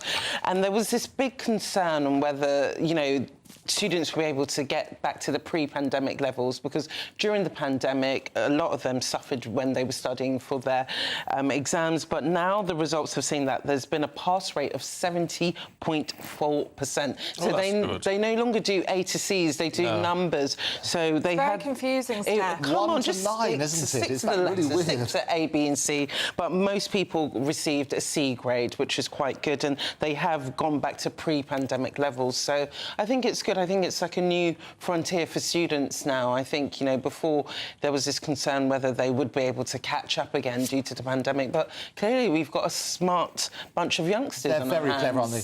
Yeah. What I love, there's a Matt cartoon. I always love the Matt cartoon in the Telegraph. And there's a chap who's delighted. He says, "My son's failed his GCSEs. He's leaving school, so I won't have to pay VAT on school fees." There you go. So brilliant stuff. Oh, yeah. Thank you. But it was horrendous waiting for results. I don't know what you you like, but when they used to have the old envelope coming through, obviously it was electric, and I used to get my envelope, a brown envelope with my handwriting, because you know those are the results. I would run to the top of the house and so nobody would see it. It's a horrendous moment. You had to pick mine up at school and things. I had to pick up at school, yeah. And we were talking yesterday, the students that were opening them live on air. It's so brave. Yeah. I would be in the car, I wouldn't even let my mum talk to me. I'd be like, you stand outside, I'll open them here. I'd usually... Yeah, I think that was... I think it's a very bad idea. I think if anyone from a TV station ever asks you or your children to do that, say no. No.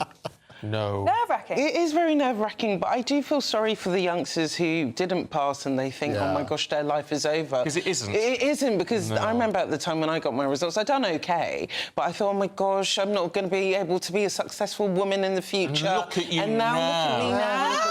Look at me now. You're not as successful, glamorous...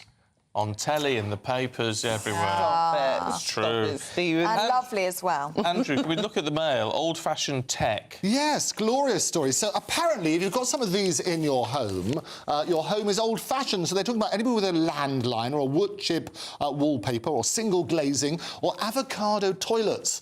All of these. That was avocado toilets? Yeah, avocado when colours. your bathroom suite was avocado. Oh, no. Yeah. Oh, you don't have one? Green colour, yeah. I used to have on the toilet rolls. They used to have the this little knitted lady. Nostalgia ain't what it used to be, I know. But this is apparently... So this is... They're shaming people with this old stuff. That's an old-fashioned thing. Whereas opposed to a modern must-have, they talk about open-plan living spaces, solar panels, I don't air like purifiers. open-plan. No, I don't. You want a bit of privacy, don't you? Yeah, I'm not a fan of open-plan. I quite like the lounge feeling snug. Yes. Yeah. And you can shut the door and light the candles. Yeah, it's all I like that cosy. as well. And it's been proved by psychiatrists and various others that you need a little space that you can be in. People like to be in a little cave, and you can do that. So open plan is quite stressing for people. What else is What else is on the list? So old tech, thing like frosted glass, a fish pond. So what's going to happen to all the poor old fish? So you work on that sort of basis. A shabby, chic furniture, shag pile carpets, cottage-style kitchen units, wood art, and also those letters. Remember the art where you say love and hope and that sort of stuff? That's out. It's out of date now. I don't love those. You don't love those? Why do you think a bit It's all air conditioning. I don't love them. I'll tell you what scares me slightly, if I'm seeing that right, is old tech includes a DVD player. Oh, I know. And a cassette player. I remember... I just think these all seem new to me. You can, go for it. Yeah. I remember the very first time the Sony Walkman came out. Which is when people used to have a cassette, those little fine things you did with the pencil, and you put that in, and it was, like, amazing. Yeah. And I was saying, look, in the future, you're going to be able to get thousands upon thousands on a little chip this size, and people just wouldn't believe it. It is incredible. I love vintage items. I think if it's not broke, you don't need to throw it out, because I find that most of the old products that were manufactured in the 80s and the 90s, they're quite sturdy. Obviously, they take up a lot of space in the home, but I still think they're of good value. And people it's like vinyl records, which suddenly made a massive comeback. And if you get one of those old gramophones, you used to wind up and that his master's voice. Absolutely glorious. Something that's a bit savage here, saying if you've got cream or white painted walls, which would be my entire house, you are old-fashioned and outdated. No, I like a white wall. We like a white wall. It's a classic. A neutral, yeah. And also lace tablecloths. Yes. I've got a lace tablecloth. I've got a lot of lace tablecloths. And wooden decking in the garden, I think that looks quite good. You always have to ask yourself the question, who are doing these things? That's what normally the companies wanting to promote their newfangled thing. So stick with your stuff, don't be shamed into getting rid of it. I think it makes a house full of character when it's got... Do you know what? That is actually so true. It's from an air conditioning specialist, I won't name them. Oh, there you go, see? And the #1 modern must-have... Air conditioning. Yes. Open your windows. And an air purifier as well. Oh, yeah. There you go. Yes, a diffuser, I think they call that funny little thing as well now, don't they? Yeah. Anyway, thank you, you two. Thank you. It's a Let's have a look at the weather now with Annie. That warm feeling inside from Boxed Boilers, sponsors of weather on GB News.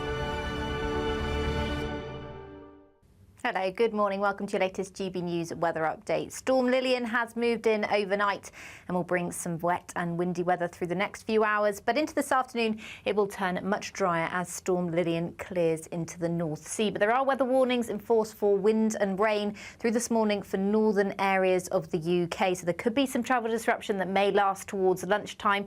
For more southern areas, though, it will be a fairly dry day. Some sunshine around as well. Still a bit of a breeze out there well into this afternoon. So temperatures across western coasts in particular still feeling pretty fresh. But across the east, we could see temperatures into the mid-20s across parts of eastern England. So a fairly fine end to the day tonight, particularly across eastern areas. So definitely a brighter end to the day for parts of Scotland than the start of today. But there's still a few showers around, and particularly across the west, we've still got quite a southwesterly breeze, so it is going to be feeling quite fresh into parts of Northern Ireland as well. Some of these showers could be quite heavy, but for more southern areas, England and Wales, it will be a drier end to the day. Not exactly wall-to-wall sunshine, but plenty more sunshine this afternoon compared to this morning. Overnight, though, the next area of rain will build into more southern areas, so it will turn much wetter across southern counties of England overnight, as well as Northern Ireland and western areas of Scotland, where some quite heavy showers will start to break out by tomorrow morning. So with plenty of cloud and rain around, it's going to be a mild night tonight. The winds won't be quite as strong overnight as they will be this morning, however. It's a bit of a damp start to the bank holiday weekend for much of eastern and southern areas of England. That rain will gradually clear away to the east, but it'll likely be replaced by quite heavy showers across many central areas of England, parts of Wales too. And showers are going to continue for north and western areas too. So fairly limited sunshine to come on Saturday. A bit of a drier afternoon for parts of northern England and Wales, but temperatures definitely below par. A brighter outlook with Box Solar, sponsors of weather on GB News.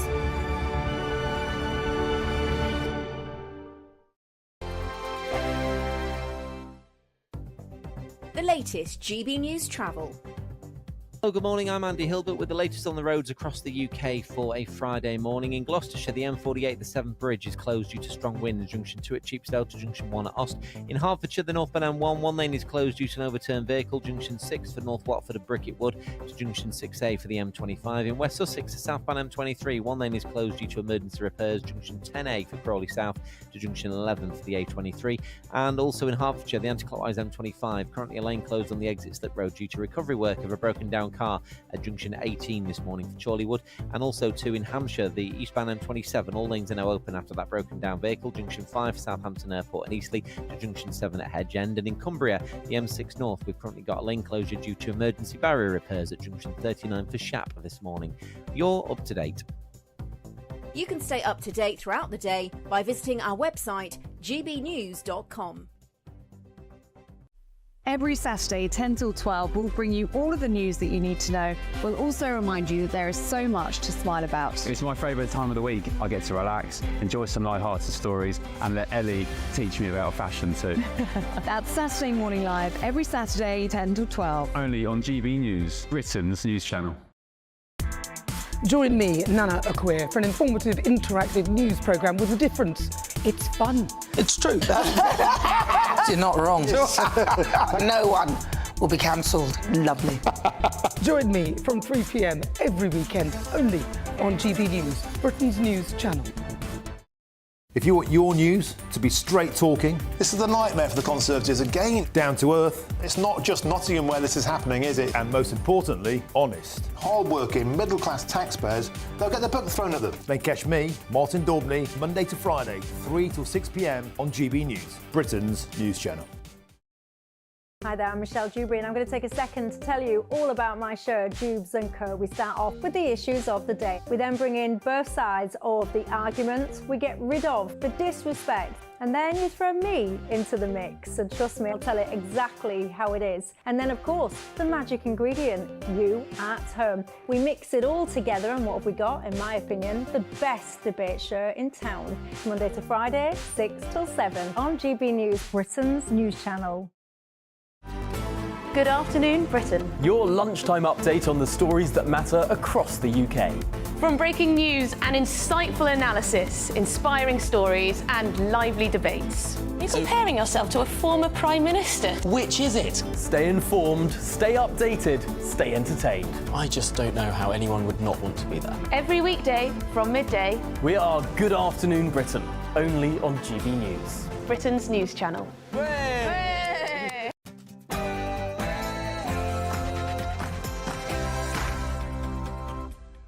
Good morning. Households to face higher energy bills this winter. As Ofgem increased the energy price cap by 10%. Well, it puts more pressure on the government over the decision to cut winter fuel payments. I accept your nomination to be President of the United States. Kamala Harris has officially accepted her party's nomination at the Democratic National Convention in Chicago. In a headline speech, she pledged to lead for all Americans and create an opportunity economy. The Tory leadership candidate Tom Tugendhat apologises for his party's record on migration and reassures voters it's not actually a far-right issue. One Show and Match of the Day host Jermaine Jenas has been sacked by the BBC with immediate effect. It's over claims of inappropriate behaviour.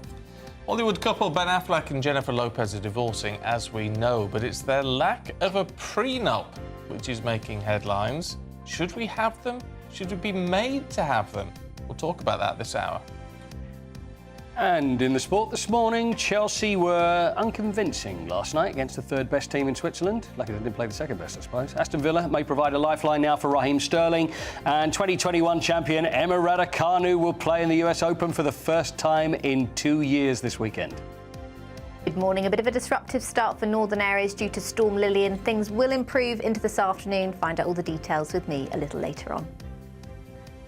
Just gone 8 o'clock. I'm Stephen Dixon. And I'm Ellie Costello, and this is GB News Breakfast.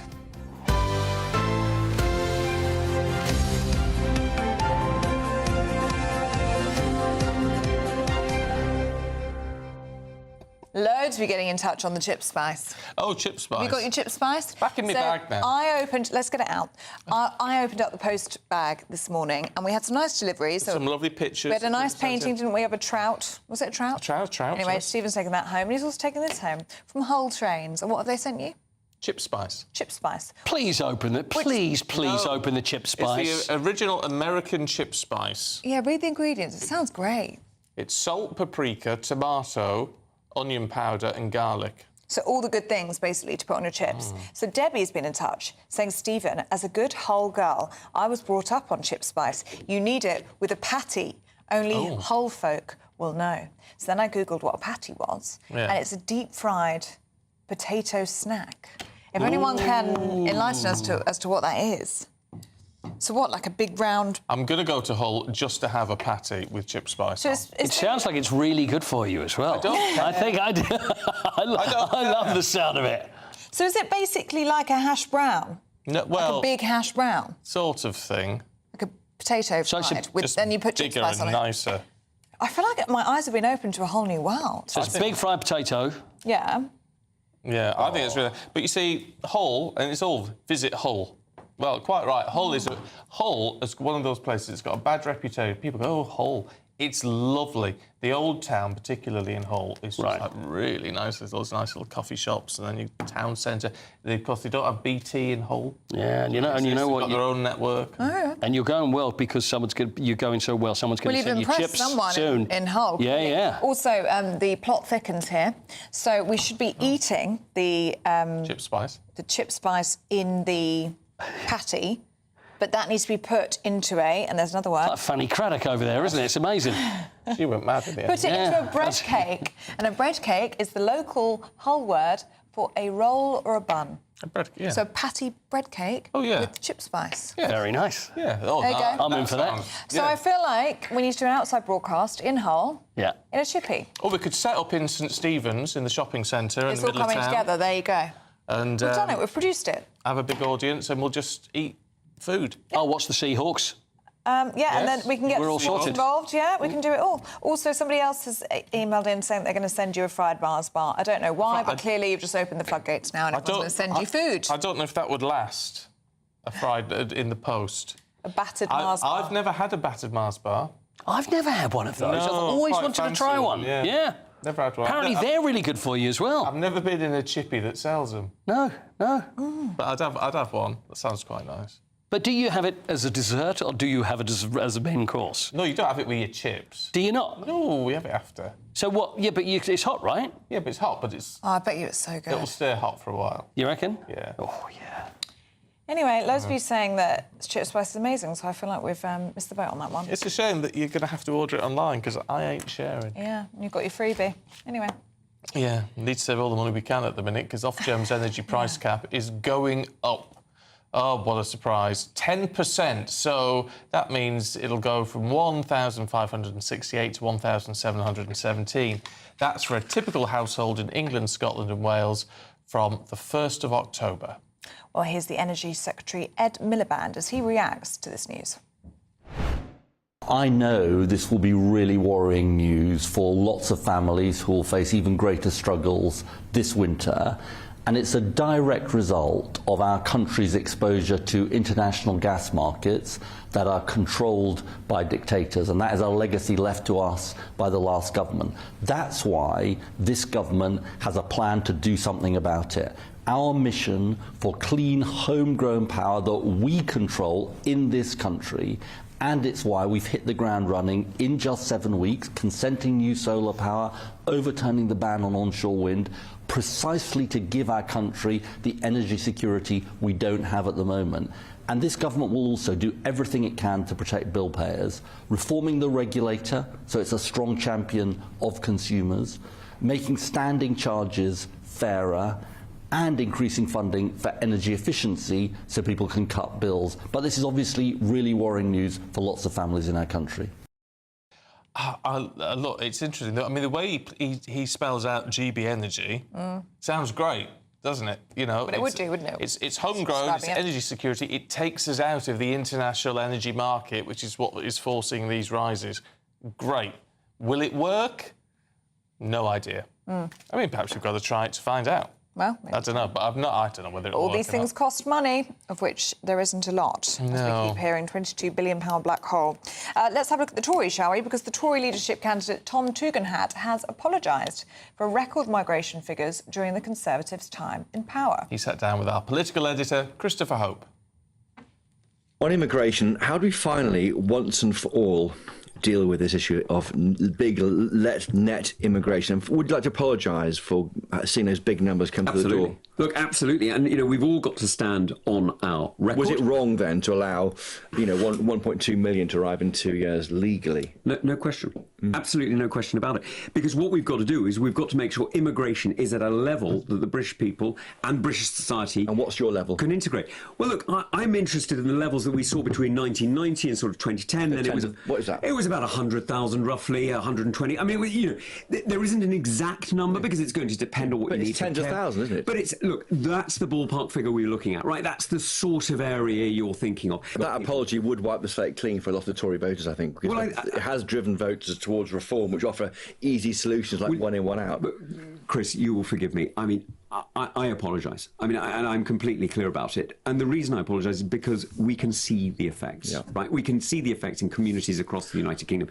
But this isn't just about pointing at the problem. It's about fixing it. Indeed. And that's why what we really need is a massive economic change, because we need Brits to be taking the jobs that we are talking about. Now, that means changing the way we pay, changing the way we invest, and actually changing the British economy. Because, frankly, at the moment, it's not delivering properly for the British people. Well, let's speak now to our political editor, Christopher Hope. Good to see you this morning, Christopher. What did you make of that chat with Tom Tugendhat?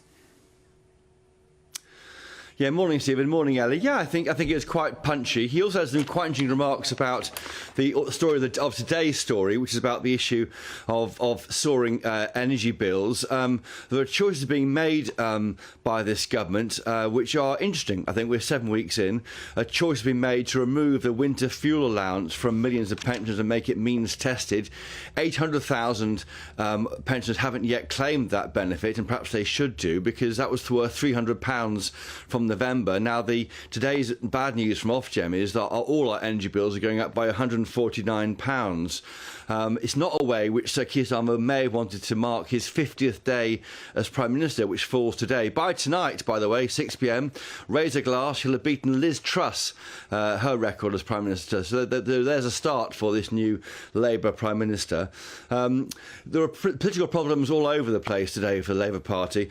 He had said, hadn't he, Keir Starmer, before he became Prime Minister, that he would cut household energy bills by £400. Now, everyone remembers that as a slogan. What they won't remember is the small print. That was 2028, 2029. That was with this GB Energy idea, which Stephen was talking about earlier. So that's not yet. We have Rachel Reeves, of course, taking away this winter fuel payment and also giving money to public sector workers in billions. I mean, a 22% pay rise for junior doctors, 14% for train drivers, 5.5% for public sector workers. These are big numbers here, and these are choices being made by this government, which I think are politically difficult so early in their time in office. Key, Chris, in all of this, it's not going down well. Our inbox is full of people saying, double whammy for poor pensioners, and an awful lot of people would agree with that. But in terms of the political cycle, will the government care if it says, look, we've got to make hard decisions, now's the time to do it, because then we can turn it round in time for the next election? Stephen, you're totally right, and that's right. They're making these bad calls in the first year of a 4 or 5 year term Labour government, almost certainly. Tom Tugendhat, in an interview, which you can hear on your podcast feed, Chopper's Politics Podcast is what it's called, he said that Rachel Reeves had decided to pay her off her union paymasters rather than support the interests of British people, pensioners and patients. They're making choices. If you care about pensioners, this is the wrong answer, he said, about the withdrawal of the winter fuel payment. Aware of this criticism, Rachel Reeves has told The Guardian this morning that they can't do everything that people want. Also said that she hadn't caved in to train drivers. She said that Keir Starmer and I decide on policy, not trade unions. Well, that debate will rage, but right now there's little comfort, and in fact cold comfort, for people anticipating a very cold winter with less support than had been thought of from this government. Winter ahead. Christopher Hope, thank you very much. Having Tom Tugendhat in the news is slightly problematic for me. Why? Very nice man, by the way. I mean, politics aside, when we met him, he's a very nice man. But no, because I've got a friend who's worked in the House of Commons for 30-odd years, the best part of 40 years, actually. And when she talks, he's always referred to as Tom Tugendhat. Tugendhat. And so every time I see his name, I'm on the verge of saying Tom Tugendhat, which I don't know why she says that. I don't know. She's probably watching now. Why'd you say that? Maybe that's his nickname. I know. I just think it's a... No, I don't think it's a nickname. I just think it's... Anyway, so I find it very hard not to say Tom Tugendhat. But there you go. Next time we have you on, I'm going to ask. It's like when you see Christopher Hope, do you want to say Chopper? Yes, sometimes. Yeah. Similar thing. I want to say what I want to say when I see you. It's entirely different. Yes, probably not safe for air, I can imagine. Now, let's look at the BBC, shall we? Because scandal at the BBC, Match of the Day, and One Show host Jermaine Jenas has been sacked, effective immediately. Well, the news broke yesterday afternoon while he was on air on Talk Sport. It's being reported that you sent unsolicited texts to a female member of staff at the One Show. Is that true? There's, like I said, I'm not happy about this situation. I'm going to be speaking to my lawyers about it, is all I can say right now. I'm not happy at all about the outcome of this, but I've got to leave it in the hands of the lawyers right now. Were you surprised that any complaint was made against you? I can't really talk. Maybe as much. I can't really talk right now. All right, let's talk to our reporter Ray Addison, who's outside Broadcasting House in London. I mean, it is, in a sense, the potential of a scandal to swamp the BBC. They do seem to have acted very swiftly, Ray. Perhaps too swiftly in all of this? Well, it's being reported that a second broadcaster has now dropped the former footballer. The Sun newspaper, which broke the original story yesterday, saying that a TalkSport spokesperson has told them that Jenas will not appear on the radio station in the immediate future. And, of course, this follows alleged complaints about inappropriate behaviour in the workplace made by a female member of staff on The One Show, which Jenas has been presenting on and off since 2020. And she's claiming that she received unsolicited text messages, we understand. And it's understood that these issues were first raised a couple of weeks ago with the BBC. They launched an immediate investigation, they say, and then obviously have made this decision to part ways with the star. Of course, Jenas made that, took part in that interview yesterday evening with TalkSport News. He was actually on air when the news broke. He did the interview afterwards, where he gave little to no real information, but he did say there are two sides to every story, and he was going to be talking to his lawyers. But a lot of questions remain about this situation.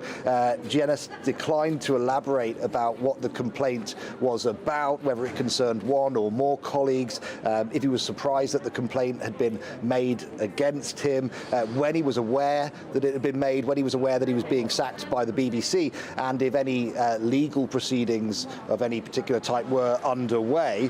A BBC spokesperson said, "We can confirm he's no longer part of our presenting lineup." That, of course, means he's no longer going to appear on The One Show. He won't be appearing on Match of the Day, and he had, of course, been seen as a likely replacement for Gary Lineker as the host of that show, and, of course, that is now extremely unlikely to happen. He's also been ditched by his agent, MC Saatchi. The web page where he would usually be appearing with his profile has just simply been deleted. He also works for other broadcasters, TNT Sports. He presents Formula E coverage for them. So far, no comment that I'm aware of from them on this situation. And as you say, it's just the latest scandal to hit the BBC. We've seen the problems with Strictly Come Dancing, the Hugh Edwards legal proceedings, and the BBC is, we understand, reviewing their workplace culture following concerns about the potential for inappropriate behaviour, particularly in creative and editorial environments. So another bad news story for the BBC. OK, Ray, for now, thanks very much indeed. Got to be careful what you text anyone, don't you, these days? Well, it depends what. Well, it depends what it is. Messages are, yeah. You sent me that video message eating chips at midnight. Yeah. That distressed me immensely. It's not going to get me sacked, though, is it? Well, if I have my way. But I was ashamed at the amount of chips I was actually shoveling in my mouth at that time. It was very bad. An awful lot of mayo. It's not a good look, is it? That's why you've ballooned. Anyway. Yeah, I watched it back the next morning. I was like, oh, no, why do I do this? But anyway, I'm glad you enjoyed it. I did enjoy it. Because you did. Anyway, you might be scoffing a lot of chips this weekend. It is, of course, the bank holiday. But Storm Lilian could ruin those plans. The Met Office have issued yellow weather warnings across England, Scotland and Wales as Storm Lilian causes flooding, power cuts and disruption to travel. Well, let's head to Southport. Our North West of England reporter Sophie Reaper is hopefully there for us. What's it like, Sophie? Well, the sun is shining, the temperature's fairly mild. If it weren't for these gale force winds, I'd be saying we were looking at a fairly lovely bank holiday weekend. However, the Met Office has issued that yellow weather warning for gusts of wind today. And we're expecting gusts of around 50 to 60 miles per hour. And standing here on the seafront here in Southport, I can believe it. The tide is out right now, but in the distance, the waves are incredibly high. The sea is very choppy this morning. Sand is being blown in all manner of directions. And that is expected to continue throughout the morning here in Southport, but also across the north of England and north of Wales, where that weather warning morning is in place. Now, in terms of the wind speed, on the Beaufort scale, which is the scale used to measure wind speed, this puts it at level 9 or 10. Now, it only goes up to level 12, so that really does show you the kinds of conditions that we're experiencing here in this part of the country this morning. In terms of what that means is going to happen, we're likely to see power outages, bridge closures, perhaps flooding and damage to buildings. We're also seeing trees being blown over, and I've had first-hand experience of this morning on my way in to Southport on my commute. I had to take an alternative route as a large tree was blown down in the road in front of me. Police had to cordon that road off because of the dangers it was presenting, and that was just the first one. I saw multiple trees blown over, debris all over the roads as I made my way in this morning. So that danger really is there. I think sometimes people hear these Met Office warnings and perhaps think that they're just a bit futile, not necessarily that serious, but the conditions being presented by these extreme winds that we're facing can present danger. So the Met Office are urging people, if you're out and about today, do take care. Hopefully come this afternoon the conditions will have settled and it'll be a lot nicer, but as it stands, do take care if you're out and about today, because these winds, they really are rather serious. OK, Sophie, thank you. Stay safe, Sophie. She's look at that camera bobbling about as well. At least it's bright. It is bright. I mean, you've got to see the lovely. I mean, quite literally the brighter side of things. We do. We should cut away from Sophie now so she can go and hide somewhere. Get back in the car. What a job. I know, it's always what we're saying. Take care. Avoid the coast. Yeah, avoid those heavy winds, and then you go stand on it and tell us to not go there. It's always. I know it's a rough job. Anyway. It's a rough job, but at least she's all wrapped up and warm. She's dressed for the occasion, that's for sure. Good on her. Right, at 8:20, let's take a look at some other stories coming into the newsroom this morning. And Vice President Kamala Harris has accepted her party's nomination for president during the final speech of the Democratic National Convention in Chicago. She vowed to chart a new way forward, focusing on her record as a criminal prosecutor and her own heritage. And to be clear, my entire career, I've only had one client, the people. And so, on behalf of the people, on behalf of every American, regardless of party, race, gender, or the language your grandmother speaks, on behalf of everyone whose story could only be written in the greatest nation on earth, I accept your nomination to be President of the United States of America. The funeral of the 7-year-old girl killed in Southport last month is taking place this morning. The parents of Elsie Stankham have asked for her funeral to be referred to as Elsie's Special Day. Funerals have also taken place for BB King, age 6, and Alice Aguirre, age 9. The 3 girls were all killed whilst attending a Taylor Swift-themed dance class in an attack that shocked the nation. And police are hunting up to 3 dogs on the loose, thought to have attacked a man found dead in the back garden of a property in Birmingham. West Midlands police were called to Rubery on the outskirts of Birmingham in the early hours of Wednesday after reports that dogs were on the loose. And a new lung cancer vaccine is being tested on patients in the UK for the first time. The drug, known as BNT116, is designed to bolster a person's immune response to cancer while leaving healthy cells untouched, unlike chemotherapy. Researchers leading the trial said the treatment could improve survival rates among people with the disease, with hopes that it could eventually become the standard of care worldwide.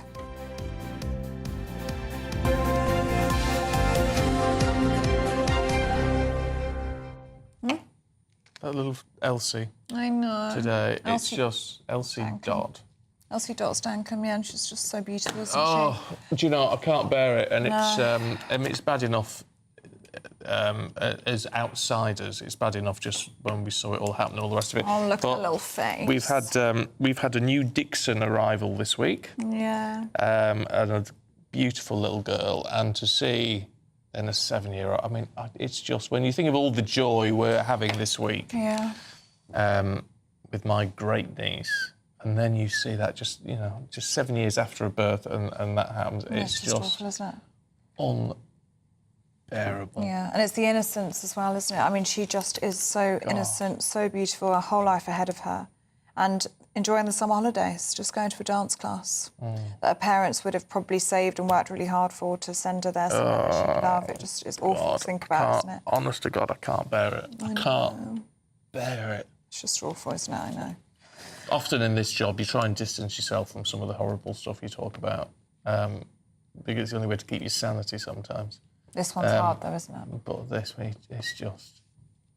I say, just feeling it this week because of our little new arrival, and you just think, it just brings it all home all the more, doesn't it? It's dreadful. Dreadful. Elsie's special day, if you're part of that day today, make it special. It would be a celebration, I think, won't it? But... Yeah, and we're thinking of her, all three of those little girls and their families.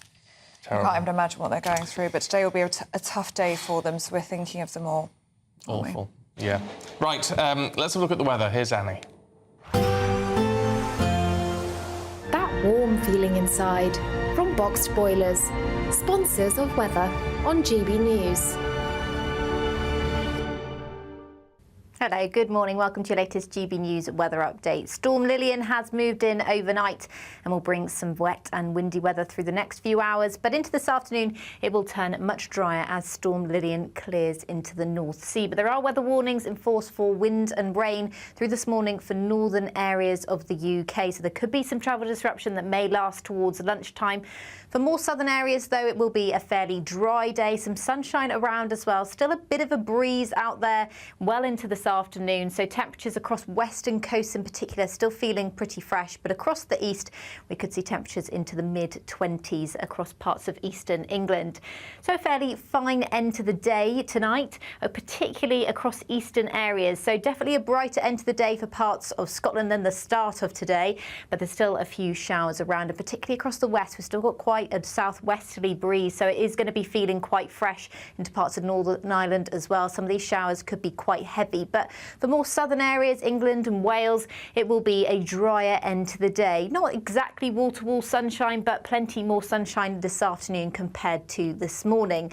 Overnight, though, the next area of rain will build into more southern areas, so it will turn much wetter across southern counties of England overnight, as well as Northern Ireland and western areas of Scotland, where some quite heavy showers will start to break out by tomorrow morning. So with plenty of cloud and rain around, it's going to be a mild night tonight. The winds won't be quite as strong overnight as they will be this morning, however. It's a bit of a damp start to the bank holiday weekend for much of eastern and southern areas of England. That rain will gradually clear away to the east, but it'll likely be replaced by quite heavy showers across many central areas of England, parts of Wales too. And showers are going to continue for north and western areas too. So fairly limited sunshine to come on Saturday. A bit of a drier afternoon for parts of northern England and Wales, but temperatures definitely below par. A brighter outlook with Box Solar, sponsors of weather on GB News.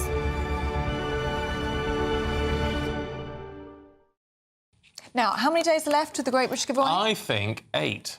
See, he marks it down on his calendar, and every morning he crosses it out, don't you? The countdown to the next Great British Giveaway. It is getting very close now, £30,000 in this Great British Giveaway, the biggest prize we've given away so far this year, actually. Yeah, so you've only got a very short time to not only enter, but then work out what you're going to do with the money if you should win. If you want to enter, here's how.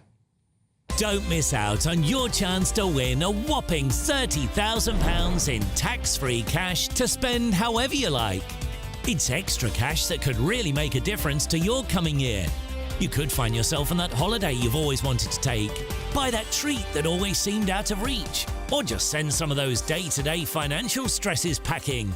£30,000 could be yours, but time is ticking. For another chance to win £30,000 in tax-free cash, text CASH to 63232. Text costs £2 plus one standard network rate message. You can enter online at gbnews.com/win. Entries cost £2, or post your name and number to GB07 PO Box 8690 Derby DE1 9TT. UK only. Entrants must be 18 or over. Lines close at 5 p.m. on the 30th of August. Please check the closing time if listening or watching on demand. Good luck. Yes, good luck indeed. Strange messages this morning. Yeah, So my they're glasses really are too tight. going into you today. They are. Horrible. Glasses too tight on the right-hand side They're of not your actually. head. Actually, these glasses are actually slightly loose. I do need to take them in to be tight. Let me see. But it's because my earpiece is there, so it catches. Oh, right, yeah. What it is. It's all very technical. I think they look television. lovely. Lovely. Honestly, no, they're not. They are a little bit loose. That's why I keep fiddling with them because he keeps sliding off me nose. Oh, yeah. I think they look You great. won't fall off because it's a long way to go. I think they look great. Don't worry. Thanks. She's You're my all good. biggest cheerleader. Yeah. Anyway, look, should we talk about marriage? Yes, let's. Because we've had a big breakup, haven't we? We have. With Ben Affleck and Jennifer Lopez. But now the story and the talk is about their prenup, because there wasn't one. Should there have been? We're going to talk about that next.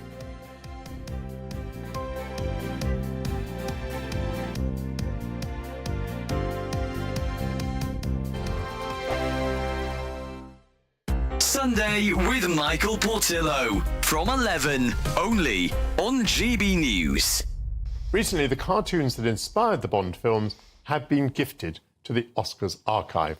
I'm joined now by John's son, Sean McCluskey. Very good to see you. Welcome to GB News. Thanks for having me. Do you have any memory of your dad doing these strip cartoons? Well, many, many memories. Yeah, we grew up with my father working at a pace. He had to turn in one strip every day, apart from Sundays. So he was always working at the house, and always taking reference material. He had models dropping in to shoot them with his camera. You'd go out in the garden and there'd be a guy with a machine gun and he'd be taking photos of him, things like that. Nice memories. Absolutely fantastic. Yeah. What would you say about the way he characterised James Bond? Fleming was very wary that his highbrow art was going to be somehow diminished by turning it into a strip cartoon in a newspaper, but he met with Fleming, and Fleming had a drawing made of what he wanted Bond to look like, and it was very old-fashioned, very sort of military. And my father kind of, jostled a little bit and came through with a much younger, much more lithe character. And through the first few strips, he moved Bond into a contemporary man, very much part of the 60s, and styled him in that way. And I think there's a lot of rumour that Sean Connery got the gig because he looked a lot like the drawings, because it's hard to believe now, but the strip was billboard advertised across the country. GB News, the People's Channel. Good afternoon, Britain. Your lunchtime update on the stories that matter across the UK. From breaking news and insightful analysis, inspiring stories and lively debates. You're comparing yourself to a former Prime Minister. Which is it? Stay informed, stay updated, stay entertained. I just don't know how anyone would not want to be there. Every weekday from midday. We are Good Afternoon Britain, only on GB News. Britain's news channel. Join me, Camilla Tominey, for a frank and honest discussion with those in power that cuts through the spin and gets to the heart of the issues shaping our nation. You haven't confirmed that you want to stand as leader, but you haven't ruled it out either. This report basically says that he's not fit to stand trial. Is he indecisive? Incompetent? I deliver the dose of reality Westminster needs. That's the Camilla Tominey Show at 9:30 every Sunday on GB News, the People's Channel, Britain's news channel.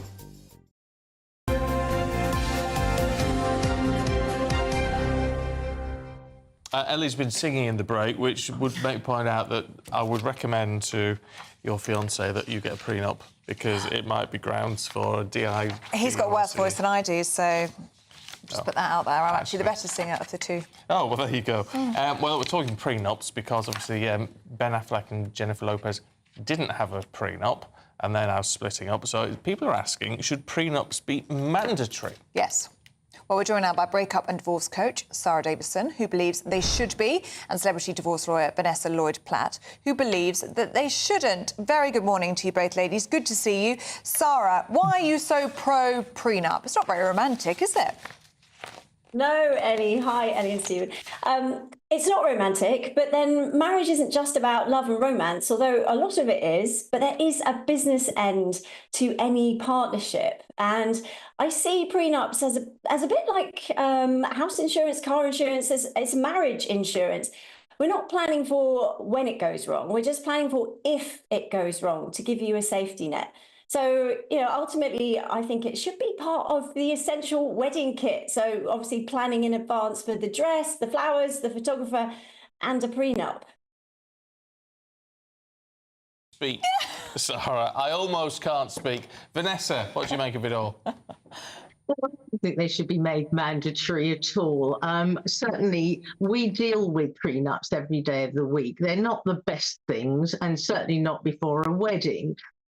We don't believe in having ridiculous clauses in prenups like they do over the pond, and we can talk about that in relation to Ben Affleck and Jennifer Lopez, but I think they can be quite destructive before a wedding. You have to get your timing right, otherwise it can ruin the relationship. And I don't think it's appropriate in every case at all. I think it's relevant when you're getting married for the second or third time and you want to protect the assets of the family, when it's dynastic families or farming families that have had businesses for generations and they want to protect them, that's fine. But not for everybody. It is not appropriate. And most people don't have massive assets that need to be protected in the first instance. And most prenups talk about people coming in with assets and protecting them, and when they come out, those to be preserved, and the difference between assets that are being built up during the marriage that should be divided. But I do think it's a dangerous notion to start bringing in mandatory prenups, and I don't believe in it, no. Sarah, what do you make of that then, that really prenups should only be applied to celebrity marriages or people who actually have, vast amounts of assets, things that they could really lose their livelihoods if it came to the end of a marriage? So someone like J-Lo and Ben Affleck, they've made, I think we're hearing a number of films, there's been a number of projects in the last 2 years. I mean, we're talking about a lot of money here. Yeah, we're talking about a lot of money in that case. And this isn't just about the legal side for me. Obviously, I'm not a lawyer. I spend my days picking people up who are impacted by the emotional rollercoaster of a divorce. Now, divorce is known as the second most traumatic life experience we go through.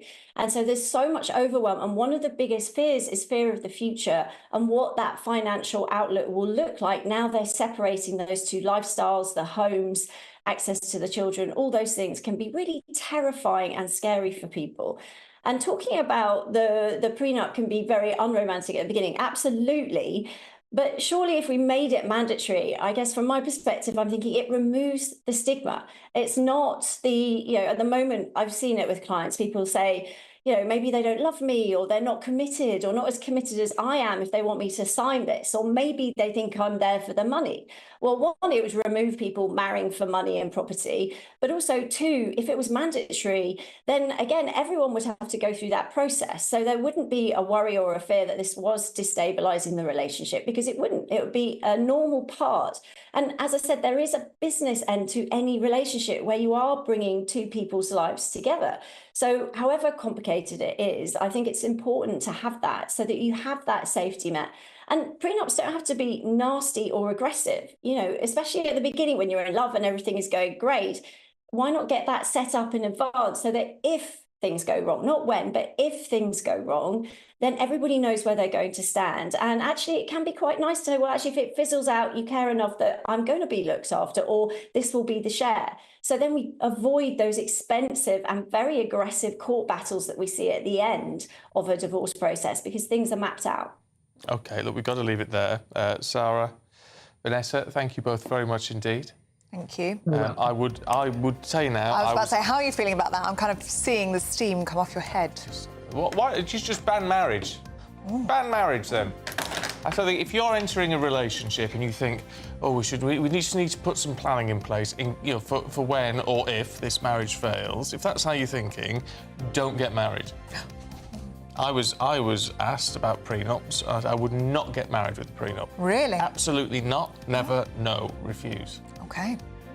I Totally get not. angry. Oh, yeah. I was very passionate about this. If you're that unsure that you're thinking about what happens when the marriage goes wrong before you get married, don't get married. Huh? Let us know what you think. Do you agree with Stephen? Or do you think, as Sarah was saying, it's just like a house insurance or a car insurance? It's good to have in case it goes wrong. Let us know what you think. gbnews.com/yoursay. Oh. Paul Coyte's going to have all your sport in just a moment.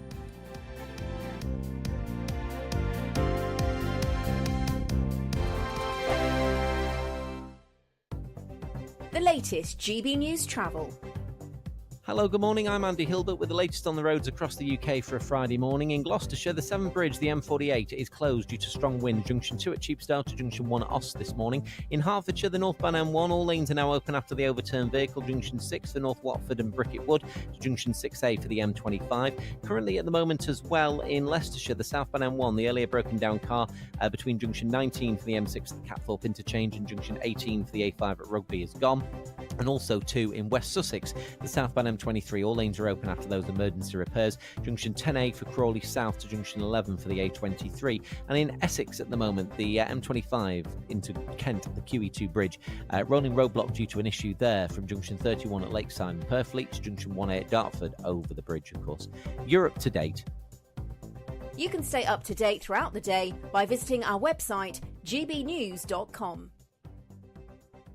If you want your news to be straight talking, this is a nightmare for the Conservatives again. Down to earth. It's not just Nottingham where this is happening, is it? And most importantly, honest. Hard-working, middle-class taxpayers, they'll get their book thrown at them. Then catch me, Martin Daubney, Monday to Friday, 3 till 6 p.m. on GB News, Britain's news channel. Join me, Neil Oliver, every Sunday night at 6 p.m. on GB News. And if an hour is not nearly enough for you, go to gbnews.com for special extended episodes online every Friday at 9 p.m, where we can truly get into the nitty-gritty of what's going on. GB News, Britain's news channel. We're proud to be GB News, the People's Channel. And as you know, we always love to hear your views. Now, there's a new way of getting in touch with us at gbnews.com/yoursay. By commenting, you can be part of a live conversation and join our GB News community. You can even talk to me, Bev Turner, or any of the members of the GB News family. Welcome to State of the Nation, daily plunge into the stories shaping our country.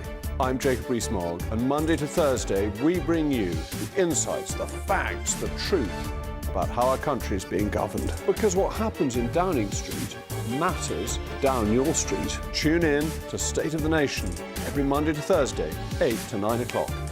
Only on GB News, the People's Channel, Britain's news channel. Hi there, I'm Michelle Dewberry and I'm going to take a second to tell you all about my show, Dubes & Co. We start off with the issues of the day. We then bring in both sides of the arguments. We get rid of the disrespect. And then you throw me into the mix. And trust me, I'll tell it exactly how it is. And then, of course, the magic ingredient, you at home. We mix it all together and what have we got, in my opinion, the best debate show in town. Monday to Friday, 6 till 7 on GB News, Britain's news channel.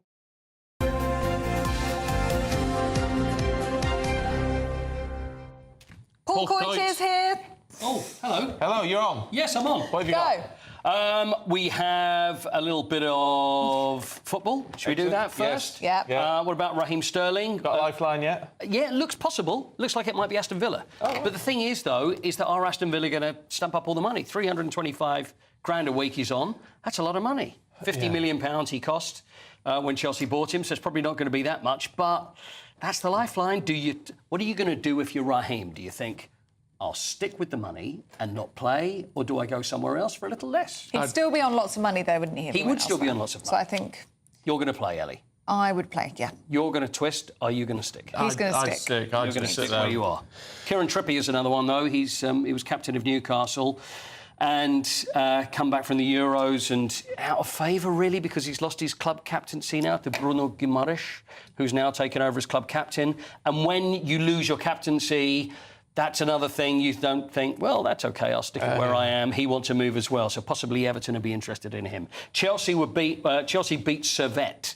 Oh, they're a very big name. They are. They're fifth. Martin Civicic played for Servette many years ago. Oh, did he? Fifth in the Swiss league, but they were third best very big man, in Martin Switzerland. Civicic. So, yeah, absolutely. And 2-0 that Chelsea beat Servette yesterday, and they play them again in Switzerland. And they were, you know what?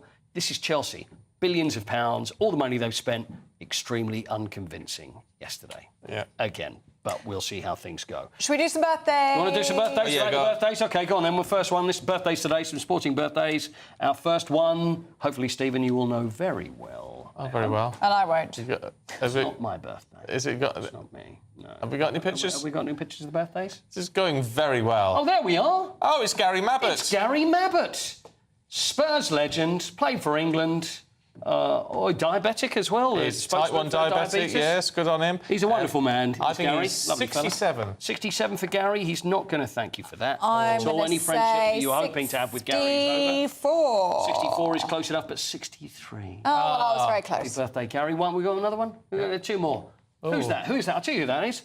Someone to cricket. It is very good. Recognise that. Isn't that the same pose? Yes, exactly. It's exactly the same pose. I was going to say Mark Ramprakash, is that right? Mark Butcher. Mark Butcher. 57. 50. I'm still trying to work this out. It's like all of a sudden the net disappears in the background. Yeah. Mark Butcher, sorry, in England, batsman, commentator, sings as well. 61. 61, 52. Way up. Oh, 52? sorry. 52. It's One the more. no hair. One more. Showbiz. And former chairman of the Stephen MCC. Fry. Stephen Fry. Stephen Fry. It's his birthday tomorrow. 57. 66. 67 is the correct answer. 57. 57, but we'll add 10. Well, he'll probably like you more. What did you say? I said 66. 66. So that's Oh, so you were Well, closer. you know what, though?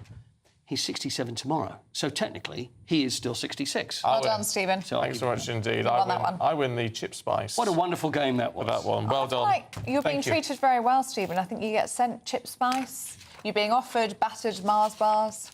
Oh, so you're not getting anything? I'm not getting anything. You don't know anything. I'm not getting a look in. No, well, that's what happens when you're 50. It all starts to roll in.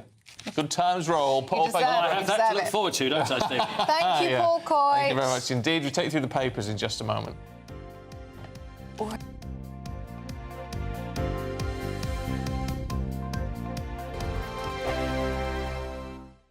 Join me, Camilla Tominey, for a frank and honest discussion with those in power that cuts through the spin and gets to the heart of the issues shaping our nation. You haven't confirmed that you want to stand as leader, but you haven't ruled it out either. This report basically says that he's not fit to stand trial. Is he indecisive? Incompetent? I deliver the dose of reality Westminster needs. That's the Camilla Tominey Show at 9:30 every Sunday on GB News, the People's Channel, Britain's news channel. This is GB News, Britain's news channel. With record temperatures expected this week, how do zoos keep their cooler creatures cold? Well, at Yorkshire Wildlife Park, the polar bears are enjoying a vegetable ice block. Polar bears, they do have quite a variety of different temperatures that they naturally do find. Once they're moving off these polar ice caps, they are in the likes of down in the areas of Canada, Hudson Bay. Naturally, they were finding polar bears in 35-degree temperatures year upon year. So they are very much used to warm temperatures and heat waves as such. What you'll tend to find is they'll go for a good swim and then go for a snooze in the shade thereafter. Not wanting to miss out, the sea lions are treated to a huge fish lolly. In the hot weather, it's really important to give them ice because these guys, they don't drink salt water. These pools are actually saltwater pools. They actually drink fresh water. They've got 2 freshwater pools in their house, but again, being able to provide that in their outside enclosure is also really important. So offering them ice with their fish is not only enriching, but it's actually beneficial to their welfare as well. Other animals like the lemurs will be basking in the sun, but also cooling down with frozen sweet potato. So we've got 3 different species of lemur here. They come in all different shapes, colours, sizes, but they are native to Madagascar. Madagascar can get quite hot, understandably, so throughout the cold months here in Yorkshire, we do give them a nice heated house all year round, but especially making sure it's nice and warm in the winter for them. And it does mean that in the hot spells as well that we're able to keep our eyes on them and try and give them things that make them a bit more comfortable with that incoming hot weather as well. The frozen food on offer here certainly has the seal of approval on what could be the hottest day of the year. GB News, the People's Channel. Are the newspapers getting you down? My wife didn't divorce me that month. Struggling to separate the wheat from the chaff? I know that it's a bit of a circus at the best of times. Well, don't worry. Headliners has got you covered. We'll take the burden of reading the day's news, and if we get depressed, who cares? It's an occupational hazard, frankly. That's Headliners on GB News from 11 p.m. till midnight, and the following morning, 5 till 6 a.m. on GB News, the comedy channel. Nah, just kidding. Britain's news channel.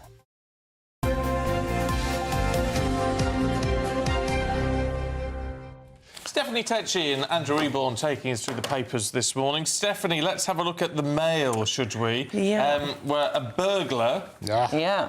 Oh, he got the wrong target. He did. Yeah. It's always that dreaded thought. You think to yourself, what would you do if, you know, you actually found a burglar in your house? Most people, I would dread to think what I would do, probably scream.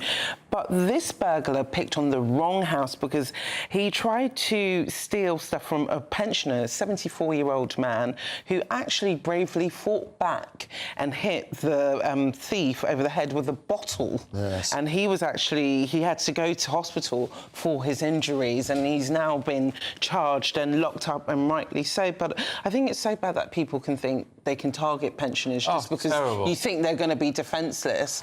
And this 74-year-old man has just fought back, and you just haven't had it. And actually, the law states that homeowners can use reasonable force. But it takes me back to that story a few years ago of Tony Martin, who actually shot the burglar, and then he ended up in prison, right? Yeah, because he shot him as he was in the back, so the implication was he was running away, therefore he had no right to... But this, I mean, this is... You can imagine this fellow potentially being threatened or interviewed by the police. Yeah. But, I mean, I have every sympathy for him. Oh, it was absolutely awful, because actually what happened, this guy here is... Seamus Doyle was his name, who's given, 2 years and 174 days, funny sort of thing. But what happened, he attacked him, but he then came back with a brick. To clobber this pensioner, and ended up throwing it to the thing. The police got a hold of him. They asked him how he got the injuries. He basically said that he'd been in a fight in the park. But there was footage everywhere, there was blood and so on and so forth. So we love it when pensioners fight back. We love it. It's a horrendous story, and good for him. But stay within the law. Yes, that's the main thing. You've got to try your best. But, I mean, it's... Honestly, I just think burglars, it's an insidious crime. It's horrible. It's an awful feeling to know that someone's been watching your house and they're just waiting for the right moment to target and break in. Been inside your home. It's that massive invasion of privacy, isn't it? Because it's not just the items you've lost. It's an absolute sort of vilification and that sort of thing. It's awful. Through your house. I think a lot of people would support that man, actually. Well, good on him. Anyway. Good on you, sir. Andrew, let's have a look at the Sun, shall we? Yes. And the King has saved some chickens. Oh, isn't that lovely? You know, Chucky saved some clucky chickens. I love it. 31 chickens have been rescued by the King. And what this basically is, they were... it's glorious. You wonder why 31, extraordinary number. But apparently he's done it a few times. And this is what they do. They've got the British Hen, basically, the Wafers Trust is what it's called. And they've rescued about 1 million chickens in total. From what? Well, from being on a chicken farm. It's extraordinary. Being eaten. But exactly, they don't go after these whatever initials you want to use for this particular chicken.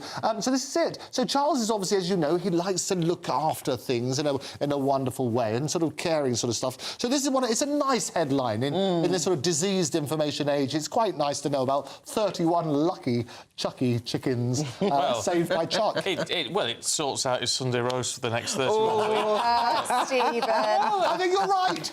Let's go round. We'll have the He loves his animals. He does. He eats them. Delicious. Delicious. He is a vegetarian, isn't he? Yeah, but he loves it, particularly that wonderful salt you've got, or whatever it's called. That would work, wouldn't it? Yeah, the whole salt, a whole chip salt. Now, can we talk about rocks? Oh, yeah. Because this one, the best kind of rock. We love it. It's this massive diamond. Diamonds are a girl's best friend, and I want that second largest diamond ever found. Unearthed in Botswana. It's a 2,493 carat diamond. It's the second largest gem which has been unearthed in this century.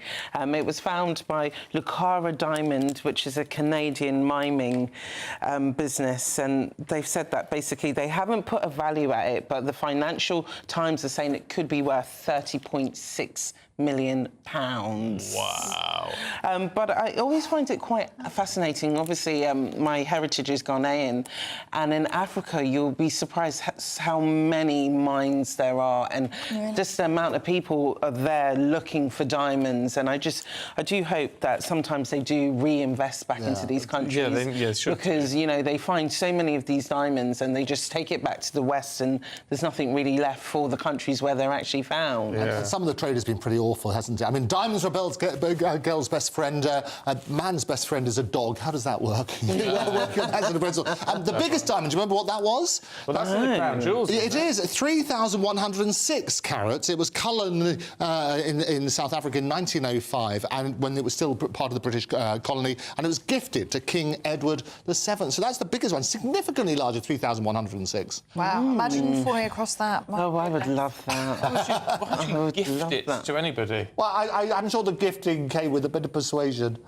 Wow. And you can cut it into pieces as well. Yeah, that's part of the crown. That's what he did. Yeah. Imagine how many nice rings you could make. Yeah. Wow. Yes, there we go. That's always the thing, I think, because by the time that's cut, it'll obviously be a significantly smaller, but still a whopper. I kind of want it just... Oh, God, can you imagine?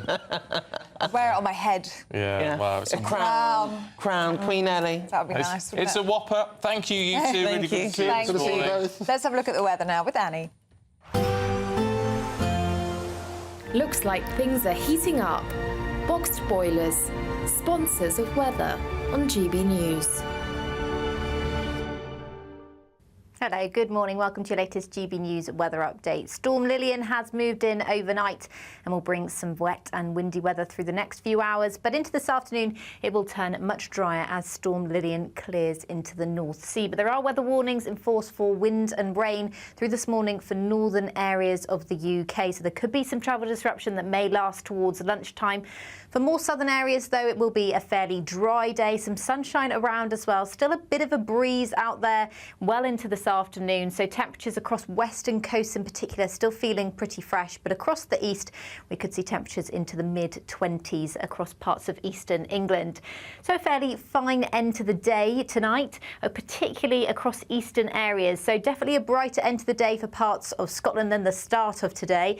But there's still a few showers around, and particularly across the west, we've still got quite a southwesterly breeze, so it is going to be feeling quite fresh into parts of Northern Ireland as well. Some of these showers could be quite heavy, but for more southern areas, England and Wales, it will be a drier end to the day. Not exactly wall-to-wall sunshine, but plenty more sunshine this afternoon compared to this morning.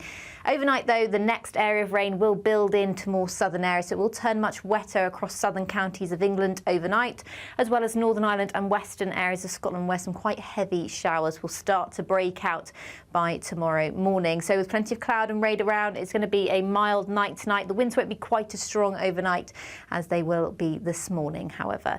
It's a bit of a damp start to the bank holiday weekend for much of eastern and southern areas of England. That rain will gradually clear away to the east, but it'll likely be replaced by quite heavy showers across many central areas of England, parts of Wales too. And showers are going to continue for north and western areas too. So fairly limited sunshine to come on Saturday. A bit of a drier afternoon for parts of northern England and Wales, but temperatures definitely below par. A brighter outlook with Box Solar, sponsors of weather on GB News.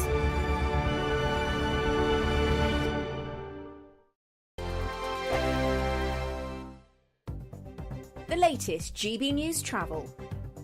Hello, good morning. I'm Andy Hilbert with the latest on the roads across the UK for a Friday morning. In Gloucestershire, the M48, the Severn Bridge is closed due to strong winds, junction 2 at Cheapstow to junction 1 at Ust at the moment. Also, as well in West Sussex, the northbound M23, one lane is closed due to a broken down vehicle, junction 10 at Crawley to junction 9 for Gatwick Airport. And in Essex, the clockwise M25, the QE2 bridge is now clear following the earlier problem. That was junction 30 for Lakeside and Purfleet to junction 1A at Dartford. The London-bound M4 at Berkshire, one lane is closed due to a broken down van. That's going to affect you just after junction 10 for Wokingham and Bracknell. And in Berkshire on the eastbound M4, a lane closed on the exit Slip Road due to a broken down vehicle at junction 11 for Reading. And also the Prince of Wales Bridge, severe delays because of the closure of the M48 Severn Bridge because of the strong winds this morning. That's going to affect you there, added extra time to your journey too. That's the latest. You're up to date. You can stay up to date throughout the day by visiting our website gbnews.com.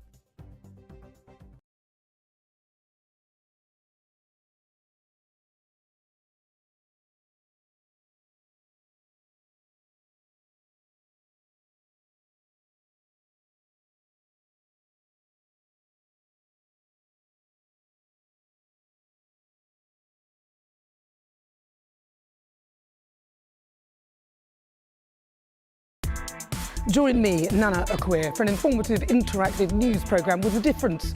It's fun. It's true. You're not wrong. No one will be cancelled. Lovely. Join me from 3 p.m. every weekend, only on GB News, Britain's news channel. I'm Christopher Hope. From pop stars to politicians, I'll interview anybody in a pub who's got a political opinion. Join me every Friday on Spotify, Apple Podcasts, YouTube or gbnews.com, or wherever you get your podcasts. This is GB News, the People's Channel. Welcome to State of the Nation, daily plunge into the stories shaping our country. I'm Jacob Rees-Mogg, and Monday to Thursday we bring you the insights, the facts, the truth about how our country is being governed. Because what happens in Downing Street matters down your street. Tune in to State of the Nation every Monday to Thursday, 8 to 9 o'clock. Only on GB News, the People's Channel, Britain's news channel. We're proud to be GB News, the People's Channel. And as you know, we always love to hear your views. Now, there's a new way of getting in touch with us at gbnews.com/yoursay. By commenting, you can be part of a live conversation and join our GB News community. You can even talk to me, Bev Turner, or any of the members of the GB News family. News, the People's Channel, Britain's news channel.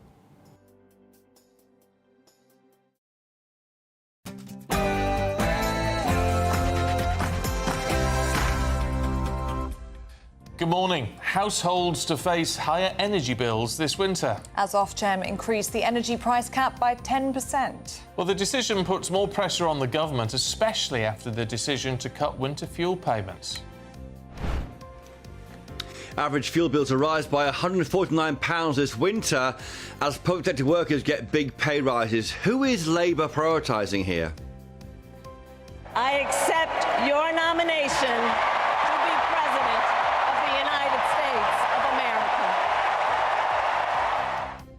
Kamala Harris has officially accepted her party's nomination at the Democratic National Convention in Chicago. In a headline speech, she pledged to lead for all Americans and create an opportunity economy. Tory leadership candidate Tom Tugendhat apologises for his party's record on migration as he reassures voters that actually it's not a far-right issue. One Show and Match of the Day host Jermaine Jenas has been sacked by the BBC with immediate effect. It's over claims of inappropriate behaviour. And of course, it's bank holiday weekend, so thousands of families are heading off, hitting the roads. Drivers are warned, expect very heavy traffic. Good morning. A bit of a disruptive start for northern areas due to Storm Lillian. Things will improve into this afternoon. Find out all the details with me a little later on. It's just gone 9 o'clock. I'm Stephen Dixon. And I'm Ellie Costello, and this is GB News Breakfast.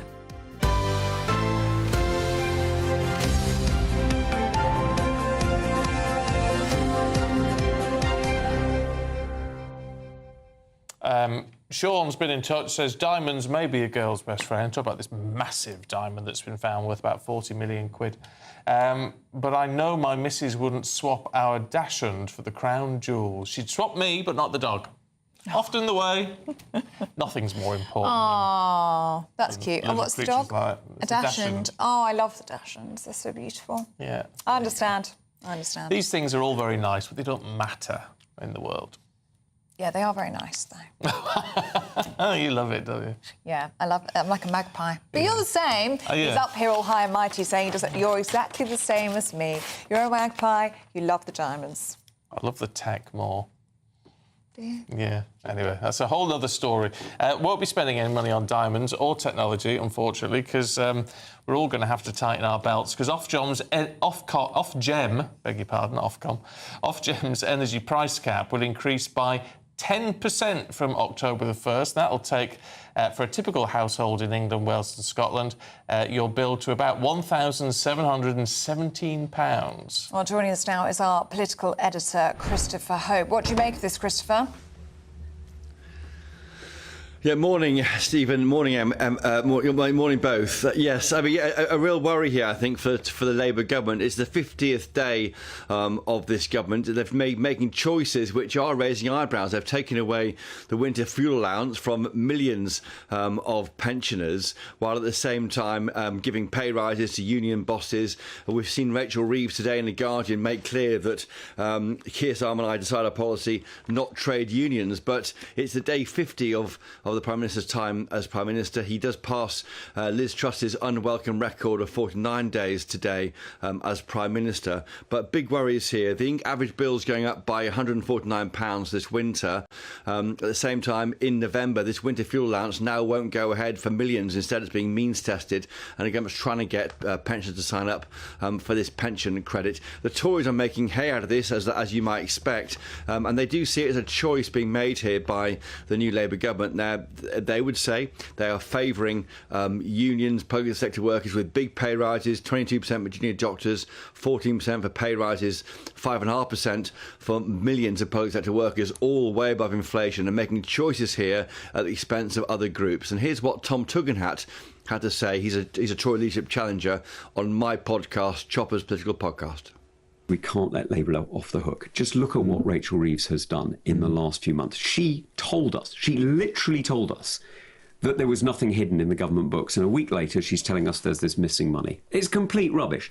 She has decided to pay off her union paymasters rather than supporting the interests of you, the British people, pensioners, patients. They're making choices here. They're making choices. Look at the choice they've just made. 22%. Look, I mean, we all respect doctors. We all respect doctors. I know you do. I do. We all respect the extraordinary medical teams who do so much to care for us.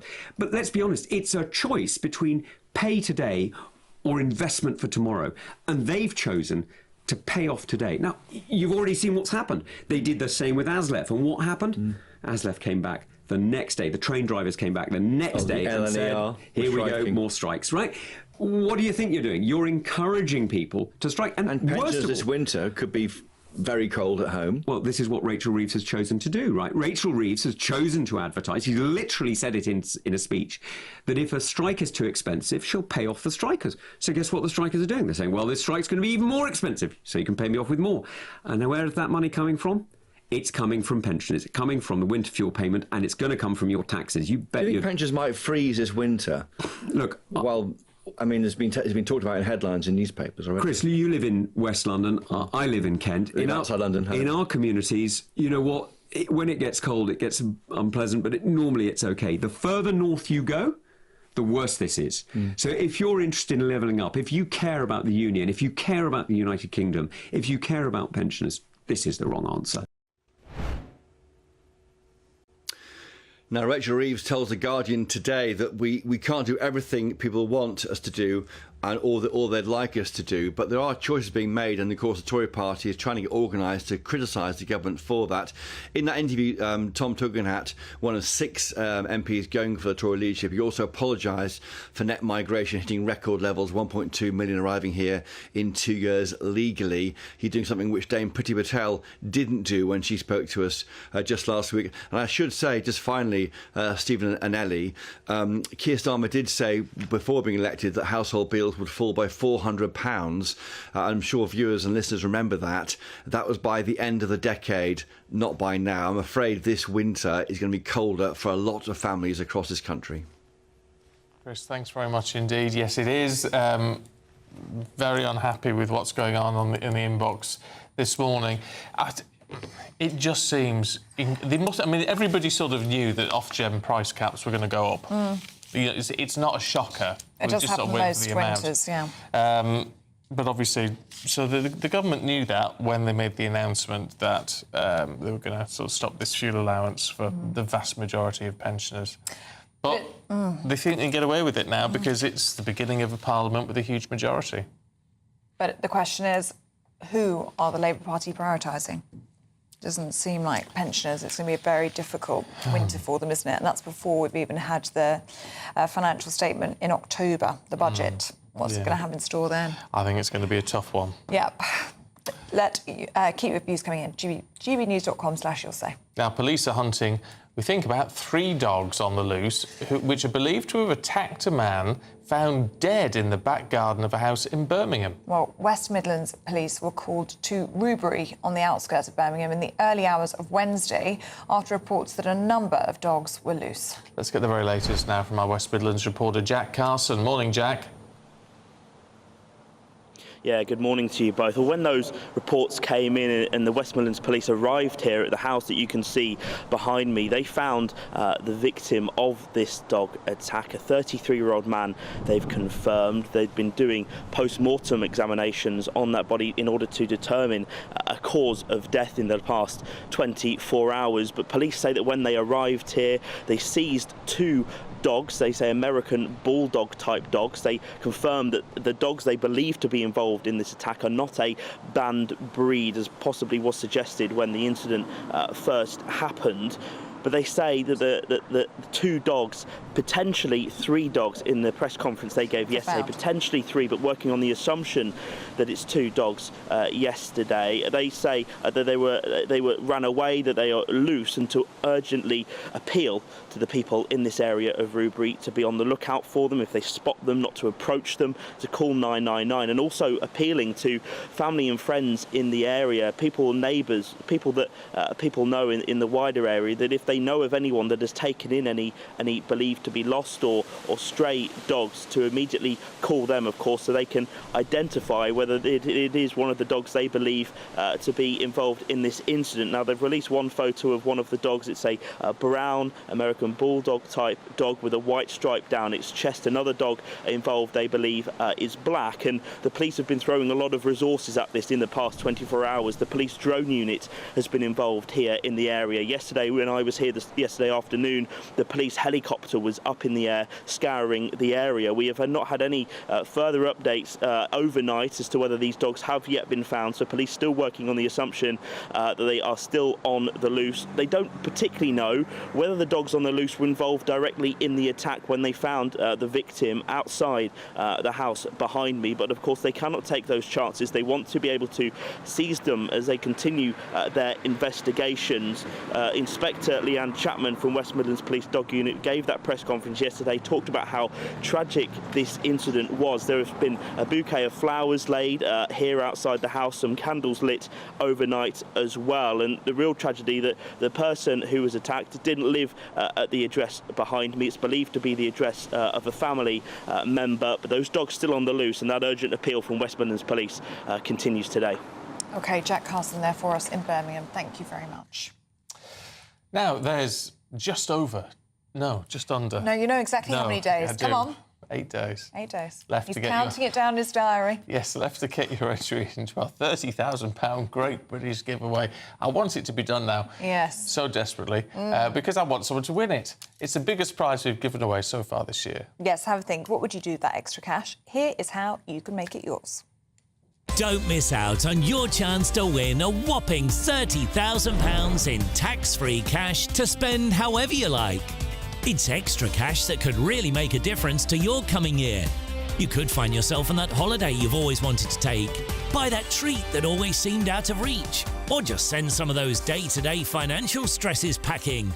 £30,000 could be yours, but time is ticking. For another chance to win £30,000 in tax-free cash, text CASH to 63232. Text costs £2 plus one standard network rate message. You can enter online at gbnews.com/win. Entries cost £2. Or post your name and number to GB07 PO Box 8690 Derby DE1 9TT. UK only. Entrance must be 18 or over. Lines close at 5 p.m. on the 30th of August. Please check the closing time if listening or watching on demand. Good luck. Stephen just said... Don't say that. Stephen just said, well, I'm really going to miss you. Oh, what do you mean you're going to miss me? When I win the Euro Millions tonight.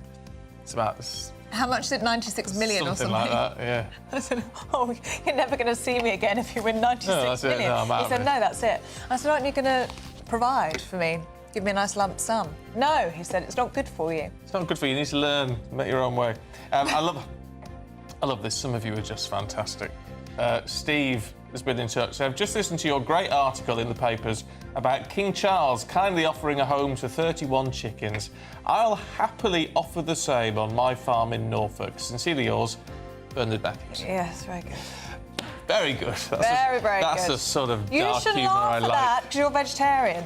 Well, yeah, but I don't object to people eating meat. I just don't want to do it myself. You should object to chickens being eaten. I object to chickens, full stop. Now, are you looking for a last-minute staycation this long weekend? We've got you covered, apparently.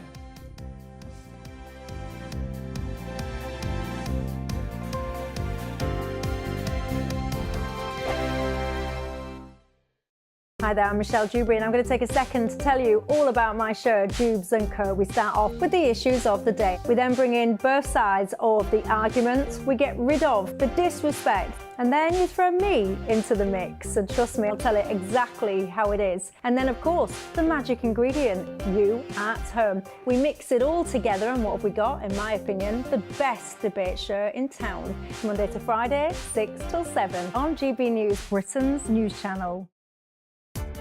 Welcome to State of the Nation, daily plunge into the stories shaping our country. I'm Jacob Rees-Mogg, and Monday to Thursday we bring you the insights, the facts, the truth about how our country is being governed. Because what happens in Downing Street matters down your street. Tune in to State of the Nation every Monday to Thursday, 8 to 9 o'clock. Only on GB News, the People's Channel, Britain's news channel. Good afternoon, Britain. Weekdays from midday. Prince Harry says we need to be more cautious when adopting artificial intelligence. Yes. AI is scary. And I think a lot of people are scared and uncertain. And I think one of the solutions to that is education and awareness, because it's becoming harder and harder to stem the flow from the source. And therefore, really, it comes down to all of us to be able to spot the true from the fake. Well, that was a whole load of nothing, wasn't it? Wisdom. Yes, we're going to get the thoughts now of former royal correspondent at The Sun, Charles Ray. Well, I have to say, I actually agree with Harry and anyone else who says that we have to be cautious about things that appear on social media. Disinformation and fake news is a controversial topic because who is the ultimate arbiter of truth and fact? So do you trust Harry to determine? Well, I don't trust Harry to determine that, no. They never actually say what they want, though, in terms of social media and things. I mean, do they actually have an idea of what the online media landscape should look like? I mean, there's clearly a veiled attack on Elon Musk and the like, but do they just want anything nasty off there? Do they just want things that, you know, are then proven to be untrue at some point off there? You know, it's easy to stand and say, I want the online world to be safer and it to be less nasty and for there to be less untruths on there. Yeah. It's much more difficult, as we found out in this country and every other country, to actually work out what the policy looks like. You're absolutely right, Emily, that it's all very well everybody jumping on the bandwagon and saying, oh, we've got to clamp down on social media. Like, I'm suggesting that as well. But, you know, they haven't come up with any solution to it, any program to make it safer and healthier for people to use. The People's Channel.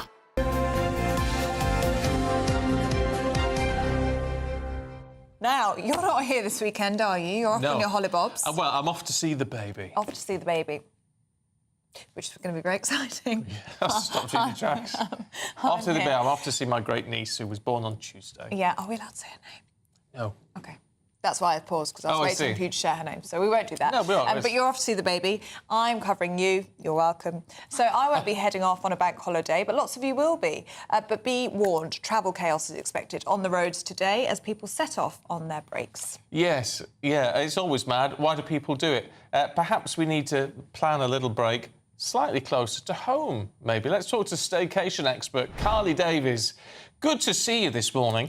I mean, is it crazy to think about having a little holiday that actually really isn't very far from home at all? No, it's certainly not crazy. I think it's an excellent idea. I certainly take lots of small holidays throughout the year.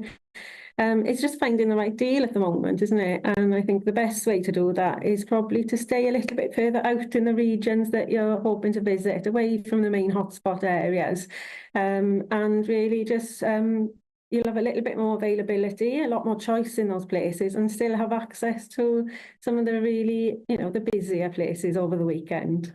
So how can people bag a bargain? Well, the best way to bag a bargain this weekend and going forwards really is to probably contact accommodation and activity providers direct. See if they've got any cancellations or last-minute deals that they're willing to offer you. You can also avoid third-party booking fees, both yourself and the accommodation provider, by going direct. It's still possible, like I said, to find good deals by staying a little bit further out in the area, especially in places like South West Wales, Cornwall and Devon. Remember though, whatever you can spend when you're on holiday in the UK will have a really positive impact on the local economy of the place you're visiting. I guess it depends what you're looking for, doesn't it? I mean, I like the idea of getting somewhere in the middle of nowhere. It quite appeals to me. I mean, a lot of people want to go and do something a little bit fancy, a little bit different, rather than just have a change of scenery. Yeah, you're right. And there's lots of, hidden gems, actually, in the UK that are really undiscovered. So South West Wales, certainly, and South Wales in particular is a real hidden gem. It's got beautiful coastline and rugged valleys landscapes as well. We've got a location called the Dramatic Heart of Wales in Neath Talbot. It's a new destination, very much up and coming. And we've got so much free and low-cost things to do there. Things like mountain biking or cycling in Avon Forest Park, going to the Margam Country Park right just off the M4, and the really accessible coastline at Aberarn Seafront, which is great for multi-generational visits, which are very much driving that staycation trend as well.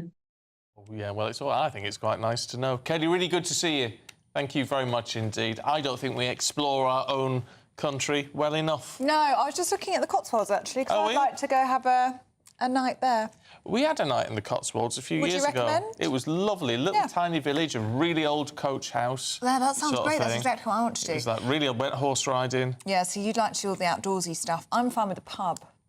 Cocktail bar. Or a cocktail bar. But anyway, we could go to the same location and just do different things. Yeah, it was really nice. Yeah, lovely. I'm all for a bit of that. Staycations are brilliant. Lovely. Coming up at 9:30, Britain's Newsroom with Ben Leo and Dawn Newsom. They're here to tell us all about it. Morning, you two. Good morning. Morning. And you haven't had a staycation. And look at the colour of it. It's been in our beaver. I've been taking tanning injections. I've not been anywhere. You actually do look like you've been giving it large in beaver. Oh, was it? What sort of thing were you doing? It was 3 nights, my wife and I, no children. Oh, no children. For the first time in my life, just laying on a sunbed all day, not doing anything. Were you doing all that party stuff? Was it all sort of nights out and banana boats and all that stuff? Well, I had a bit of a moment on the balcony with my coffee in the morning because I first went to Ibiza when I was 17 on a lad's holiday, and I was so skinned, so I slept on my mate's hotel floor. So I was in a fairly nice hotel. I was lucky enough to stay somewhere nice, and I thought, wow, time's changed, hasn't it? Yeah. Aww, relaxed and raring to go. I did a season in Ibiza when I was 18, but we won't go into that. Oh, go on, please. That sounds interesting. Well, you stay for the summer. As in, he worked there in Ibiza. You worked there? Yes. You were like a barmaid or something. I was DJing a little bit. DJing? Were you luring punters into bars and restaurants and things? Yes. Yes. Anyway, what's coming up in the programme? More of Ben's holidays by the sound of it. We could just do much that more interesting. We're talking about obviously the Ofcom energy build and the ride. Ofgem, sorry. I said Ofcom earlier on. I'm taking your lead. But no, the brain. energy bill's going up, and the fact that pensioners are also now got a double whammy. It's horrific. I just say, I want to know what you think out there, because I'm very angry about this, and I'm not quite a pensioner yet before you say anything, Stephen.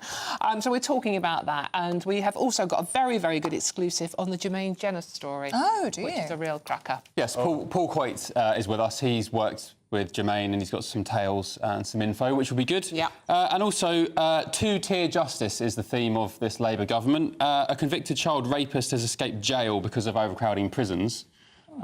Yet they're putting people who sent off social media posts into prison. Hold on. Oh, you've triggered it. No. Someone who has been convicted of child rape has not gone to prison. Yes, they've walked free.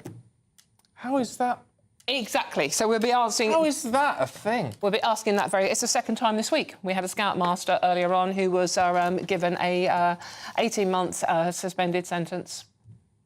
Welcome to Great Britain, Stephen Dixon. That is just... I mean, that is beyond belief. That's what we're asking, Stephen. We're going to say make it make sense, because nobody can at the moment. No.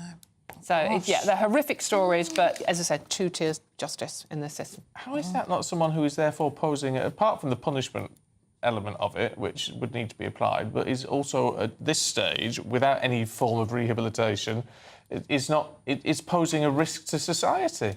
Because people who send hurty tweets are more of a priority and a danger to the public, quite clearly. To be fair, what that woman said on a Facebook post was a stupid thing to say, but 15 months in jail straight away, do not pass go, you're not getting out, because anyone involved in the riot disruption is not getting their sentence cut short.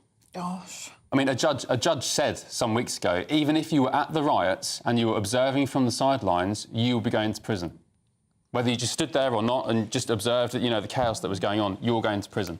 Yet, at the same time, proper criminals, child rapists, are walking the streets of Britain. So there we go. Welcome. Yeah, packed show. Oh, yeah, that loads coming out there. Thank you very much, both of you. Can't get my little head round that. No. Dear me. Goodness. Right, thank you both very much indeed. We shall see you a little bit later on. Thank you for your company. 9:30. You're back tomorrow. I'm back tomorrow to and bring Sunday. you, and Sunday, and then you're off. And I'm to meet off. the new great niece. I'm off. Congratulations. I'm off to Enjoy cuddle. your break. I'm off for a very, very long weekend deserve cuddle it. with the newborn. I can't wait. It's going to be amazing. Happy bank Lovely. holiday. Enjoy your weekends. We'll see you next week.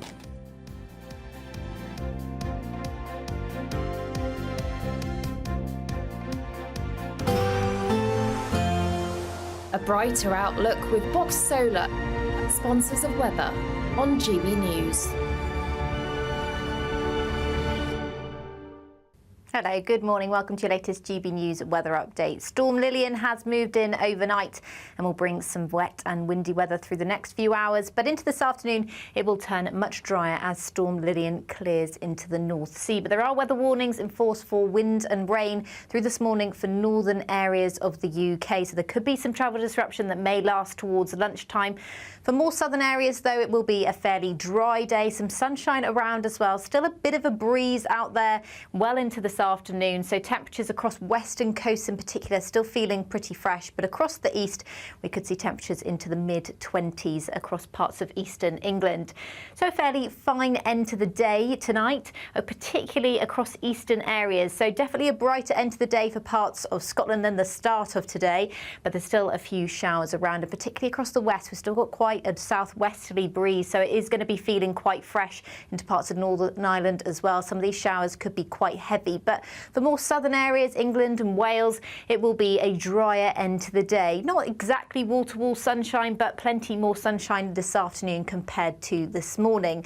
Overnight, though, the next area of rain will build into more southern areas, so it will turn much wetter across southern counties of England overnight, as well as Northern Ireland and western areas of Scotland, where some quite heavy showers will start to break out by tomorrow morning. So with plenty of cloud and rain around, it's going to be a mild night tonight. The winds won't be quite as strong overnight as they will be this morning, however.